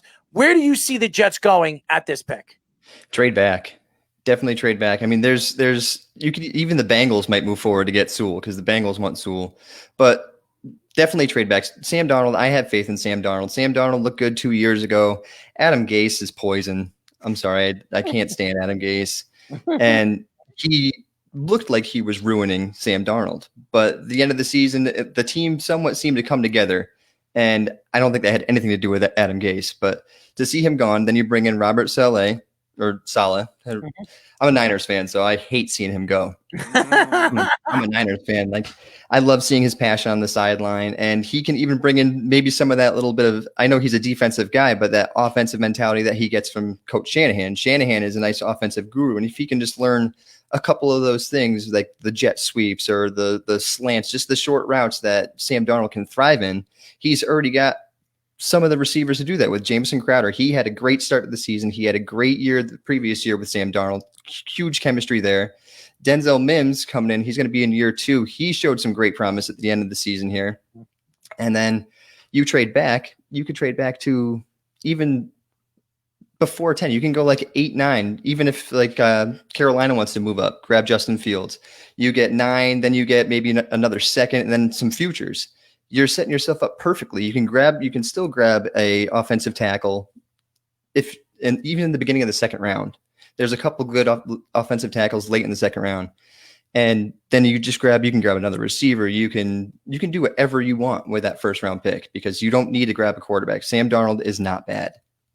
I'm actually glad you brought up the 49ers because it's funny. My next question was dealing with the rookie receivers. And this was a great class of rookie receivers. Justin Jefferson, T. Higgins, you saw play well. CeeDee Lamb, when the Cowboys actually had competent quarterback play, was very good. And your guy, Brandon Ayuk, who was very good this year as well when he was healthy. It's funny because when I was out, my league that I was out of the playoffs in, once because I have Ayuk in that league. Once I was eliminated, I added Kyle Juszczyk and changed my name to Ayushchik, which is just pretty funny. So, I love it. Which of those receivers, or even another one that I didn't list, do you think will be the highest drafted in fantasy next year? In terms of the upside, and which do you think could be a superstar? Which do you think will be a superstar first in terms of their development? All right, so who's going to be drafted first and superstar is going to be Justin Jefferson. He's already a superstar. He went for 1,400 yards his rookie season, set a rookie record. Adam Thielen's 32 this year. Stephon Diggs is gone. They don't have another option. It's Justin Jefferson is just going to be just targeted so heavy this coming year. And he's shown he can already deal with it. Like he's dominated the entire NFL on his rookie season. 1,400 yards your rookie season. I mean, come on. That's unbelievable. A couple guys I think who can make a step forward is actually with Jacksonville, Laviska Shenault. Mm-hmm. He showed that he's a guy who can make plays, just get the ball in his hands. And that's going to be kind of the focus for Urban Meyer, I think, to get Trevor Lawrence started. You want to give some of those quick outs, maybe some wide receiver screens, some quick slants, and let Shenault get some yards up to catch, get some yak going. And that's going to bring your confidence with Trevor Lawrence. It's going to just boost Laviska Shenault, and that will get the offense going. So Shenault, I think, is going to be great. T. Higgins, he's going to take over for A.J. Green. Like A.J. Green was gone this year. T. Higgins already did it. He had 600 yards receiving between weeks 3 and 11, I think. And 11 was when Joe Burrow went out. He had 4 touchdowns as well. He had 65 targets during that span. So he obviously showed he has great chemistry with Joe Burrow, and that's going to be a high-powered offense this next year too. We are talking to content manager of IDP Guys Fantasy Football, Joey the Tooth Haggan. Now, Joey, let's move on to a little basketball conversation. And James Harden gets traded to the Brooklyn Nets. Kyrie Irving is missing in action. I don't know. He's hanging out, not wearing his mask, hanging out on a bus, going out to parties, going out to private parties, whatever he's doing. Were you surprised that the Brooklyn Nets gave up as much as they did to land Harden? And do you think, does this really put Sean Marks in, put him in the seat to possibly getting fired if this doesn't work? Yeah, I was incredibly surprised considering they just had this failed attempt a few years ago with the Celtics, and you saw how far back that put them. Mm-hmm. Like, that's where we are now. They finally had a young core, Jared Allen and Karis LeVert. I mean, those two were very good players. LeVert was showing great promise, and they just send him off for a disgruntled veteran who already played with Kevin Durant, and they didn't win a championship. And they had a player like Kyrie Irving and Russell Westbrook who wanted to be the guy. Mm-hmm. Like, you literally had this same trio, and it didn't work. So now you give up all your draft picks, you give up 2 promising young stars, and you're possibly going to be a top 3 team in the East that's going to lose in the playoffs. So I want to go back to what you're doing with fantasy in particular. I mean, your main focus seems to be football, but again, there are a lot of other fantasy sports that are really growing as well. So with your company in particular, like, what are your favorite football and also other sports formats if you are involved with other sports? And also, you were telling me a couple hours ago, you have actually a lot of very creative formats. So tell the fans about that, some of these creative things that you do with your leagues and also with your company. All right. So when the pandemic broke out, we were all home, and we were all on furlough for a while, and we decided we were just going to do a couple of fantasy startups and dynasty startups.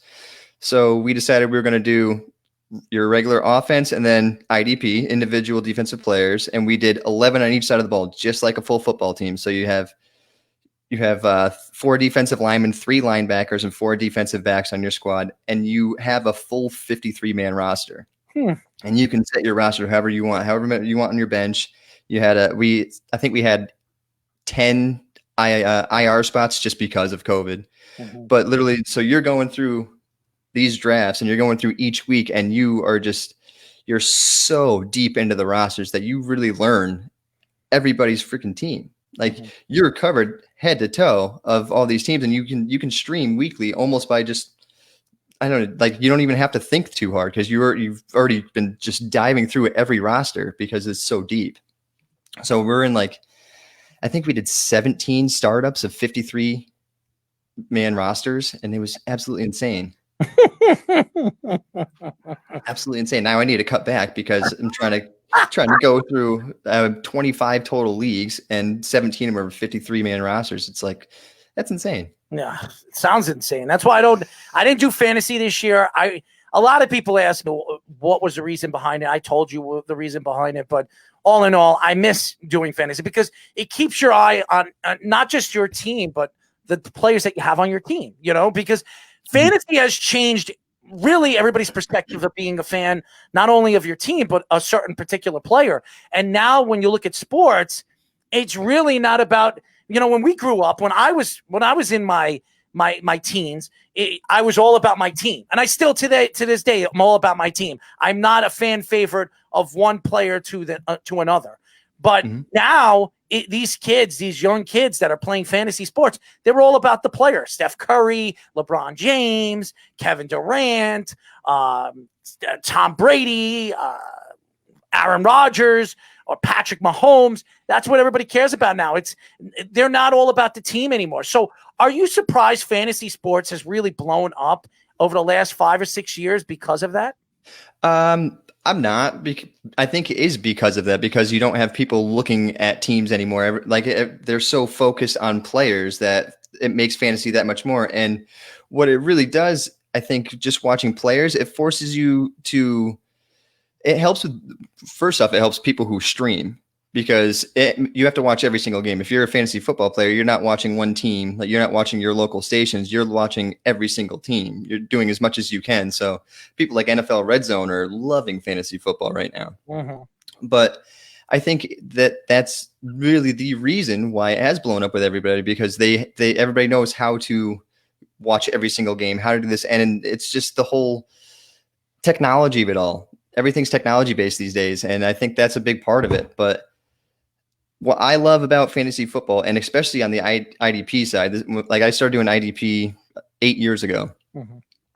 Once I started having defensive players that I had to draft and I had to look at, I started watching both sides of the football. So now here I am. I used to just watch football and be like, yeah, this is cool. Now I'm watching guys who are getting pressures, who are covering well, who are getting all the tackles. And it's like, it's a whole new football game to me. It's like I understand every part of the football game now just because of fantasy football.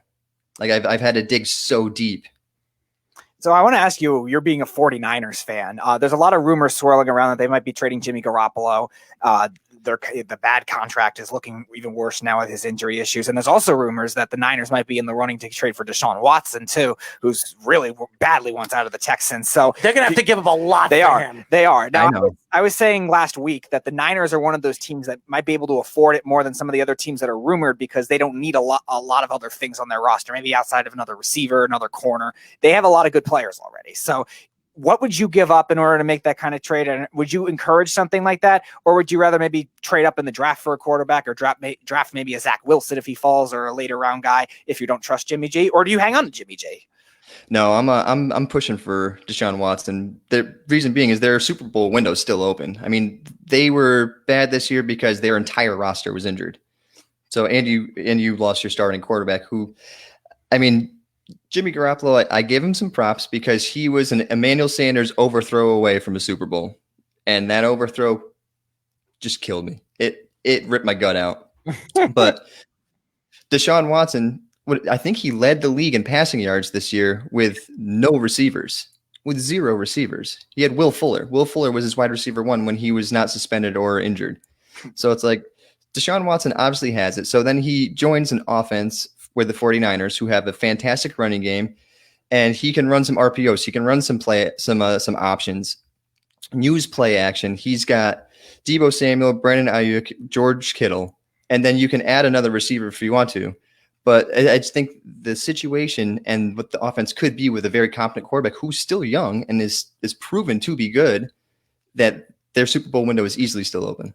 They're going to have to give up a lot for Deshaun Watson. I'm thinking you're talking about the Jets. Now, I'm looking at some of the boards right now, what their people are saying, what the Jets are going to have to give up. Sam Darnold and possibly 3 first-round draft picks. I mean, now you're talking about 4 first-round draft picks adding Sam Darnold. You're probably going to have to give up 4 first-round draft picks. You're going to probably give up your whole future for Deshaun Watson, the same Deshaun Watson who has 2 ACL injuries in one of his leg and 1 ACL injury in the other. So you're putting a lot on a guy that if he tears another ACL or does something to his knee again, he might not be the same quarterback again. That's a lot to give up for one player, don't you think? I do. I agree. But the lure is, if you get a guy like Watson in, so you give up 3 first rounders. So Kyle Shanahan thrives with like 5th round running backs and somehow making them 1,000-yard rushers. So he doesn't need that 1st round, 2nd round pick to get a running back. He's going to find somebody late. They already have Ayuk and they already have Deebo Samuel, both proven. George Kittle, top 2 tight end in the league. And Kendrick Bourne has even shown to be a somewhat okay wide receiver 3. So you have a decent core. You give up a couple of draft picks. Kyle Shanahan's been hitting pretty well on his mid-round picks. So you use those mid-round picks to build your depth. Your defense is already good. You have D Ford's going to come back from injury. He's going to be a pass rushing specialist. You have Eric Armstead. You have Nick Bosa, who's going to come back from his ACL. He's going to be Nick Bosa. You have Kinlaw's a year in, who looked good at moments, but he obviously wasn't Buckner. But he was a rookie. And you just upgrade your secondary. That's all you really need to do from there is upgrade your secondary. And if you're going through the draft to do that, you can always grab those guys 3rd round and deeper. And if you land Deshaun Watson, all of a sudden you were already a Super Bowl contender. Now you're a lure to veterans that want to come play. it doesn't bother you for what you've seen Kyle Shanahan do in the Super Bowl. This is a guy that's had great running teams in Atlanta. What are you laughing at? What are you giggling at? No, you're right. Put in perspective, Joey. Errol and I argue about this all the time. Now, you saw what he did with Atlanta. Atlanta should have won the Super Bowl. Kyle Shanahan was the offensive coordinator. He stopped running the ball with the last 9 minutes of the game. There was no way the Patriots were going to come back in that game, being that they were down almost 3 scores. There was no way in hell. All he had to do was run the ball, and he started throwing the ball. Then you see last year in the Super Bowl, they were up by 10 points against Kansas City. They were on their way of winning a Super Bowl. And all of a sudden, you had arguably one of the best running teams in the league, top 3 running offenses in the league. And then all of a sudden, you stop running the ball the last 7 minutes of the game, and you start throwing the ball with Jimmy Garoppolo. And what does he do? He coughs up the ball, and they lose the game. Does that not worry you that Kyle Shanahan, when the game comes tight, when the game it becomes tighter, that he stops doing things that he is great at? I don't. The Patriots Super Bowl, yes. That one really bothered me. But the Super Bowl last year, so they weren't running the ball well in the second half. They really weren't. They weren't running the ball well in the second half. Kansas City was hell-bent on stopping the run. Like, they were putting every effort they had in stopping them. They were going to make Jimmy Garoppolo beat them. And they were one pass away from a first down to extending a drive, and everybody thought, why not run the ball? Why not run the ball? It was a play action that George Kittle was wide open across the middle for the first down, and Jimmy Garoppolo had him in stride, but Chris Jones made a beautiful play at the line, got his hand up, and swatted it down. That was a great play call, personally, I think, because you run the ball, you're getting stopped because they're putting 8 in the box. They were putting pressure up the middle. He was going to get stopped. They're punting anyway. This, you have the chance. You have the best tight end, second best. I'll give it to Kelsey, whatever. And he's open. He made the right play. George Kittle is the best tight end in football. Yeah, that's why. Offensively, all around tight end, I would give it to Kelsey. But offensively, it's George Kittle, hands down. Yeah. And so, I mean, the call was great. He was open. He had his man. Chris Jones just made a beautiful play at the line. So actually, what was interesting about that Kyle Shanahan thing, I actually blamed him a little more for the 49ers than the Falcons, which is interesting. Now, my thing was, and maybe this is why they weren't running the ball as well in the second half. It seemed like they were running the ball a lot from empty formations and shotgun a lot more than maybe running with Juszczyk in the backfield or running even maybe putting Kittle in the backfield to block. I think Shanahan could have done that more once they saw Steve Spagnuolo adjust more, because I think that was the big reason. Chris Jones he was phenomenal in that second half. He really was. Taking all those plays. So do you think maybe that was the biggest reason they couldn't run the ball, and maybe Jimmy G, as a result, maybe lost some confidence when they saw that kind of pressure? Yeah, I think so. I think the pressure definitely gets to Jimmy G, but Spagnuolo definitely won that battle with Shanahan. Like he made the adjustments, and Shanahan could not make the adjustments later in the game. He tried with different play calling. If honestly they were running the ball at the middle, they should have done some more zone outside. They really should have. They should have gone outside. They were getting beat in the middle. I mean, the Chiefs don't have a good linebacker group. Get outside. If you can get outside, if you can get off the edge, get your offensive lineman and set the edge, you're going to get at least 3-4 yards every time you run the ball. Kansas City's middle of their defense is not good. They have Tyrann Mathieu, who roams all over the place. He's the one making the plays, but their linebacker unit is horrendous, and their cornerbacks are pretty good. But their D-line is their strong point. We are talking to content manager of IDP Guys Fantasy Football, Joey the Tooth Haggan. Now, Joey, why don't you tell the fans a little bit about Robert Saleh? You're a 49ers fan. I think a lot of Jet fans are very excited. We're also hearing that Mike LaFleur is going with him from the 49ers staff. He was the wide receiving coach. He will be the offensive coordinator. He's an up-and-coming offensive coordinator. Some people think in the next 2 or 3 years he's going to be a highly profiled head coach in the NFL. Why don't you tell the fans what should we be excited for with these two guys? Number one, Robert Saleh's passion. Dude's got passion for the game. He was a linebackers coach in Seattle, too, when Seattle had the Legion of Boom. So you saw how passionate that defense was. Then you see the 49ers. When he got to the 49ers, their defense was horrible. Like, it was young. The Niners were on the downside, and he took a team that was kind of not even put together yet. It was Shanahan's first year, I believe, and he made it a respectable defense. So Saleh, as a defensive coach, is an incredibly intelligent man. He's got passion. He's got structure. So his team follows him. His team listens to him, and he doesn't have guys who lash out. Everybody buys in. He sets a system. Everybody buys in. LaFleur, he's an offensive coach that he gets his guy. So Deebo Samuel was their guy. Brandon Ayuk was their guy. Obviously, they traded up for Ayuk. They coached Deebo Samuel in the Senior Bowl, and they got those two guys. And it's just his eye for talent. I feel like they have an eye for talent at the wide receiver position. I mean, we all liked Deebo Samuel and Ayuk from his standpoint, but I saw Ayuk was more like a second, third rounder. Deebo Samuel was definitely a second rounder, and they traded up for Ayuk in the first round, and it paid off. I mean, now you're going to be running these jet sweeps. You're going to be running these bubble screens. You're going to be running a lot across the middle. It's yards after the catch, man. And you already have Jamison Crowder there, who's killer with that, and he's got a rapport with Sam Darnold. So I think, honestly, next year, Jamison Crowder is going to have an even better year than he had these past 2 years. So give me one player without knowing anything with the situations. You can anticipate all you want with free agency in the draft. One player that you think people are going to draft too high that you think could bust, and one sleeper that you think they could get in a double-digit round for this fantasy season, if you were to tell me right now. Let's see. All right. So just one? One for each, yeah. Okay. One guy I think people are going to overdraft because they fell in love with him this year, and I'm going to catch a lot for this, is Gabriel Davis from Buffalo. He came on strong at the end of the year, and I like him, but what happened to him this weekend? He had 4 targets, 0 catches.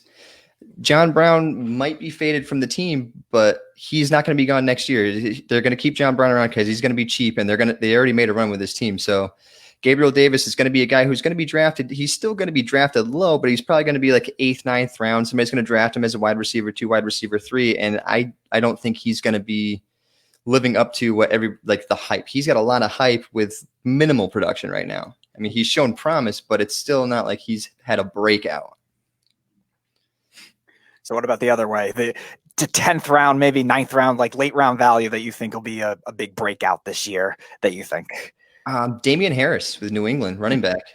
I mean, nobody ever really talks about him, but when he played this year, when he got a full workload, he was pretty dominant, really. I mean, he wasn't like he's not your all around back, but he was like a 5-yard per carry guy. And when you're in fantasy, if you get a guy who's getting 15, 16 touches a game, he's getting 5 yards per carry, you're pretty happy with that. And he's going to be the goal line back in New England. I think Sonny Michel is going to be gone. James White was faded already for Rex Burkhead. So I think that running back group is going to all of a sudden start to fizzle out, and it's going to be Damian Harris.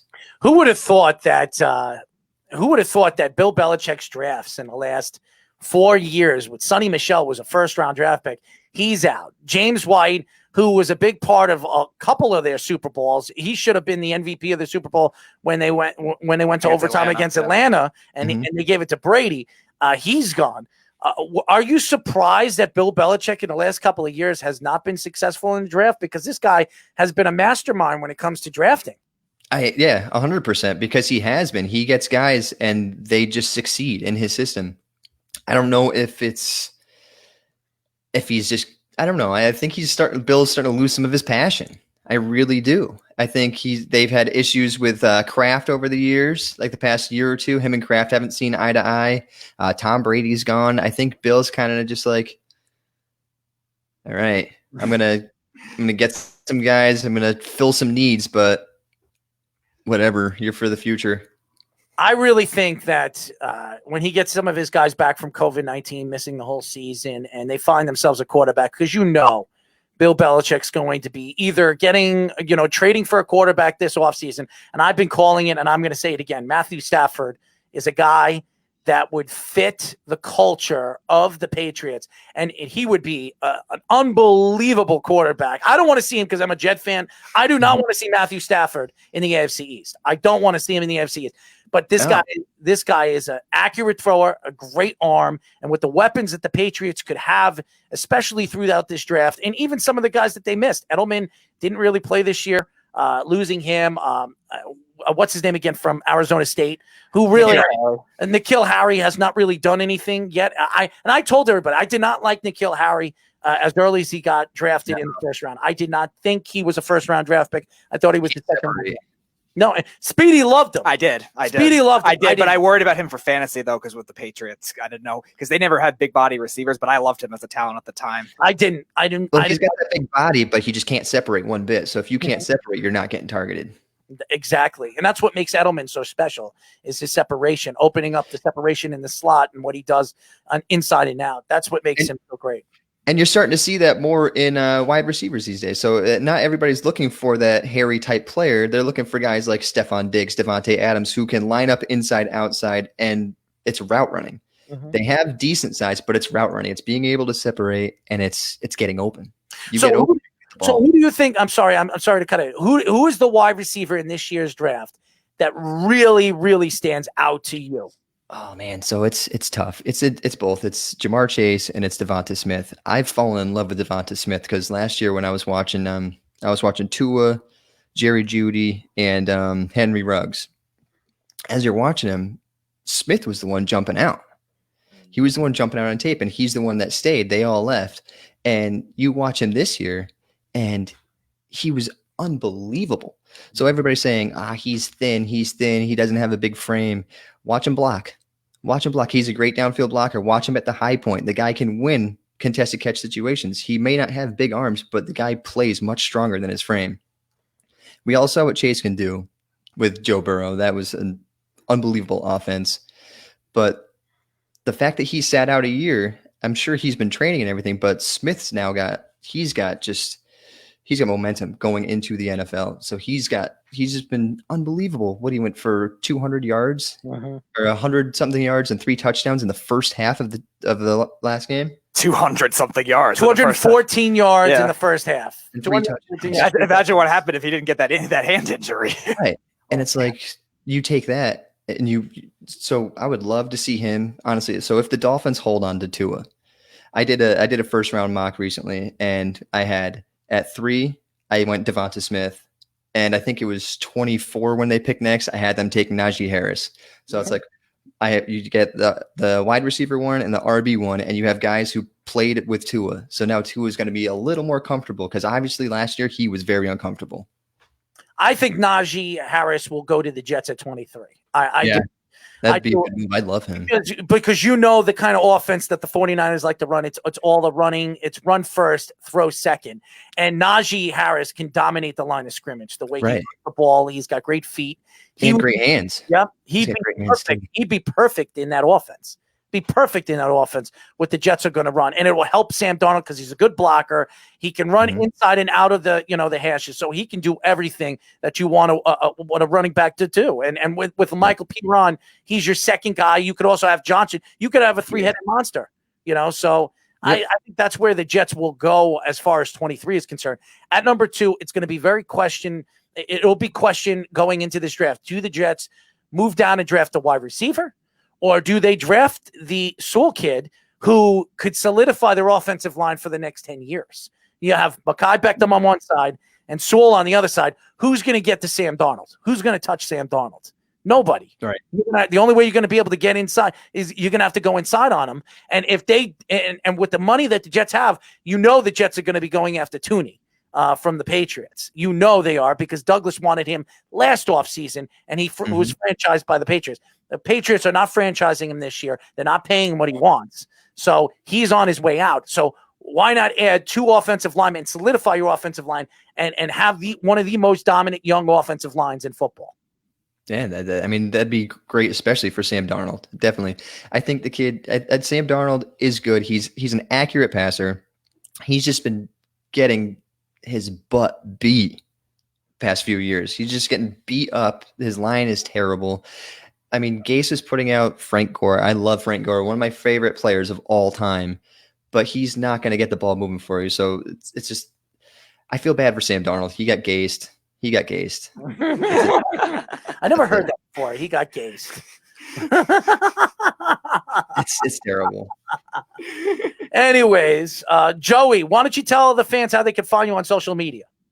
All right, you can find me on Twitter at Joey the Tooth IDP. You can find me with IDP Guys doing content manager. You can look at my podcast, the IDP Update, which I took a hiatus for a little bit this year just because it's been a little hectic with the kid and everything. I got a 10-month-old. But I'm starting it back up, I think, next week or the week after, and we're going to be hitting straight on rookie edge class. So rookie pass rushers starting there. Oh. We have draft magazines coming out soon. We're starting rookie profiles. We did our first draft magazine last year. We did a IDP side and we did an offensive side. So it's got 50 profiles in each, so you can find who you want to draft in your rookie drafts. From there, just follow IDP, man. I'm there. Well, we would love to get you on when when this football season, really for the draft. We'd love to know your input when it comes to where some of these teams, even your 49ers, if they're going to move up, maybe get a Zach Wilson. A lot of people think Zach Wilson would be a perfect fit in the Kyle Shanahan type of offense. Mm-hmm. So that's something that we definitely like to talk to you about after the combine, if there is going to be a combine. And we would love to talk to you about fantasy sports. This guy right over here, he loves his fantasy. He's not very good at it, but I'm up and down. He's not. We'll have to get you in one of those 53-man roster leagues. Yes, and if I ever do join one of those, I'm keeping the Ayushik name just for you because you're a 49. I like it. But we would love for you to be a fan of the show. You can download our app. Speedy will send it to you, and we'll be in touch with you. We'd love to help you grow with what you're doing right now with IDP, and we're happy you joined us. Yeah, and if you want to talk some basketball too, I'm getting into the fantasy basketball too. But I've been a big fan of basketball. Unfortunately, Celtics fan for you. Sorry. Oh well, we just started fantasy. Sorry, I love chatting basketball. Yeah, well, you'll love my partner, Mikey C, who's a big Celtic fan too, and he's been telling me for the last couple of months that RJ Barrett is going to be a bust. And I said, well, if he's going to be a bust, why does he have better numbers than Tatum his first 2 years? And he says, well, that's going to change. So, it hasn't. So the one difference between the two that I will say, RJ Barrett's not going to be a bust by any means, but it's efficiency. He needs to be a little more efficient. Tatum was efficient. He's always been efficient. Barrett's a little bit of a wildfire, but if he can get his game under control a little more, sky's the limit. Oh, absolutely. Mr. Tooth, thank you for joining us, and we're definitely going to get you on again. We really loved your insight on fantasy sports, your insight with football, the football season. Robert Salas, I mean, you gave us so much good information. Thank you for joining us. No problem. Thanks for having me on, guys. Absolutely. We were just talking to content manager, IDP Guys, fantasy football, Joey the Tooth Haggan. The guy is awesome. Yeah. I really like him. Nice guy, great personality, knows his stuff too. Really, really knows his stuff. Absolutely. So anybody that wants to check him out, go check IDP Guys Fantasy. They do 53-man roster fantasy teams. I mean, that's crazy. Could you imagine staying in touch with not only the offensive side of the ball, you got to stay in touch with the defensive side of the ball? I was telling him when I was setting up for the interview that it's like a Madden franchise mode, except you're competing directly with other 53-man fantasy teams all at once. It's crazy. It's crazy. By the way, the Islanders get another shutout. They either get shut out or they win by a shutout. I mean, that'd be quite a streak to go look at for 56 games. Hopefully, when we see Sorokin back into the net, because Varlamov has played 2 games and has 2 shutouts. He's been unbelievable. 2-game best and a winner. It's unbelievable and Varlamov played very well in the playoffs too. He really did. Mm-hmm. But Sorokin is the future of this team. That's why Varlamov is there. He's helping Sorokin figure things out. He's a Russian goaltender. You're bringing in a young Russian goaltender who's been playing in the KHL for the last 8 or 9 years, and now you're bringing him here to the United States. So you got to figure him out. He got killed the last game on Saturday night against the Rangers. Hopefully, the Islanders will play a little bit more harder in front of him moving forward. Yeah, the first 2 goals are really not on him either. Those are both breakaway goals or fast break goals type of thing. I wouldn't put that on Sorokin either. The Rangers made some good defensive players or plays in the middle of the ice and got breakaways. I mean, it was hard to stop for any goalie. Sorokin played well too. He did. He made some good saves too. It's just unfortunate. His first game, he gives up 5 goals. But hopefully, moving forward, we're going to see this kid really start. I believe he's going to be a special goaltender. So, being and playing under a veteran goaltender like Varlamov is only going to help him. And Varlamov has been really, really good since the playoffs last year. He's been sensational. And if he keeps playing the way he is, yeah, he's on his way to win a Vezina Trophy. So we'll see. Yeah. I mean, the other thing that's interesting too is how Sorokin's development is going to be, and if he does maybe take over at a certain point, he will. Not this year, next year. Okay, I was gonna that kind of answered my question. Do they try to maybe sell high on Varlamov? No, I think they keep Varlamov for a year because Varlamov is going to help the kid start to, feel comfortable being in the NHL. I mean, having Varlamov there, a Russian goaltender from the same country you're from, is only going to help the development of this kid and give the kid some confidence, knowing that he is like a father figure, a guy that he can look up to. And I think Sorokin has that, and I think it's going to help Sorokin grow to the talent, talented goaltender that a lot of people believe he's going to be. That's it for our show, ladies and gentlemen. I'd like to thank Ryan McCarthy for joining us from Belly Up Sports around for the weekend. Really, really nice guy. Gave us some good insight of his thoughts of what's going on in the playoffs in football, his thoughts at hockey. So, and even his thoughts with baseball, and also IDP Guys Fantasy, Joey the Tooth Haggan, who gave us some good insight with fantasy. Robert Sala, if you missed the interviews, it was great interviews. Really, really was. By the way, Eric Martini. I you can't pronounce your best friend's last name all of a sudden. It's one of my good friends. And at Cleveland Dash and all the guys, the Beef, all the guys that think that Tom Brady was the reason why they won the game yesterday. Guys, hold up, okay? Relax. These three guys are out of their friggin' minds if they think that Tom Brady was the reason why they won that game yesterday. He wasn't. It was all about the defense and the mistakes that the Saints made and the better running team. I told everybody this. What wins championships? It's not the quarterback. How many times? If Tampa outruns and outduels defensively the Green Bay Packers on Sunday next week, Green Bay will lose. They will lose, no matter how good Aaron Rodgers is. But if Green Bay and Aaron Jones and that defense does what they did against Jared Goff this week and stop the running game of the Rams and Ecker, who's been fabulous for the last 6 to 7 weeks, they're going to win because they have the better quarterback. That's all I'm going to say about that. If the Bucs do not outrun the Packers at all, they're not winning that game because that's the one big flaw. You talked about the receivers earlier. They're not great. But the biggest flaw in their roster construction is their middle of their field, linebackers, defensive linemen. They have had trouble stopping the run for a long time. If they don't outrun, I don't think they have any shot at winning. No, I don't think they have a shot at winning anyways. That's it for our show. We'll be back below the mic on Wednesday. Stay tuned for that. Until then, this is Errol Marks and Mr. Tidy Waddy himself, Speedy Petey, saying good night. We'll talk to you then. Good night, everybody. It's the Worldwide Sports Radio Network.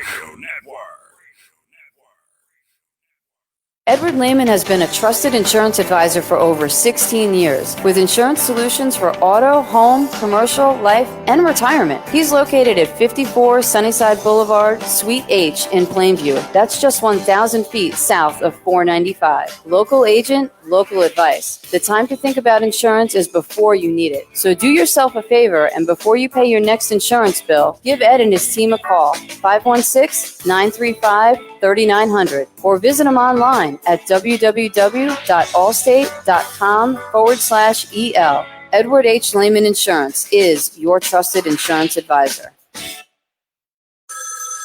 Ranger Station, Ranger speaking. Hi, I'm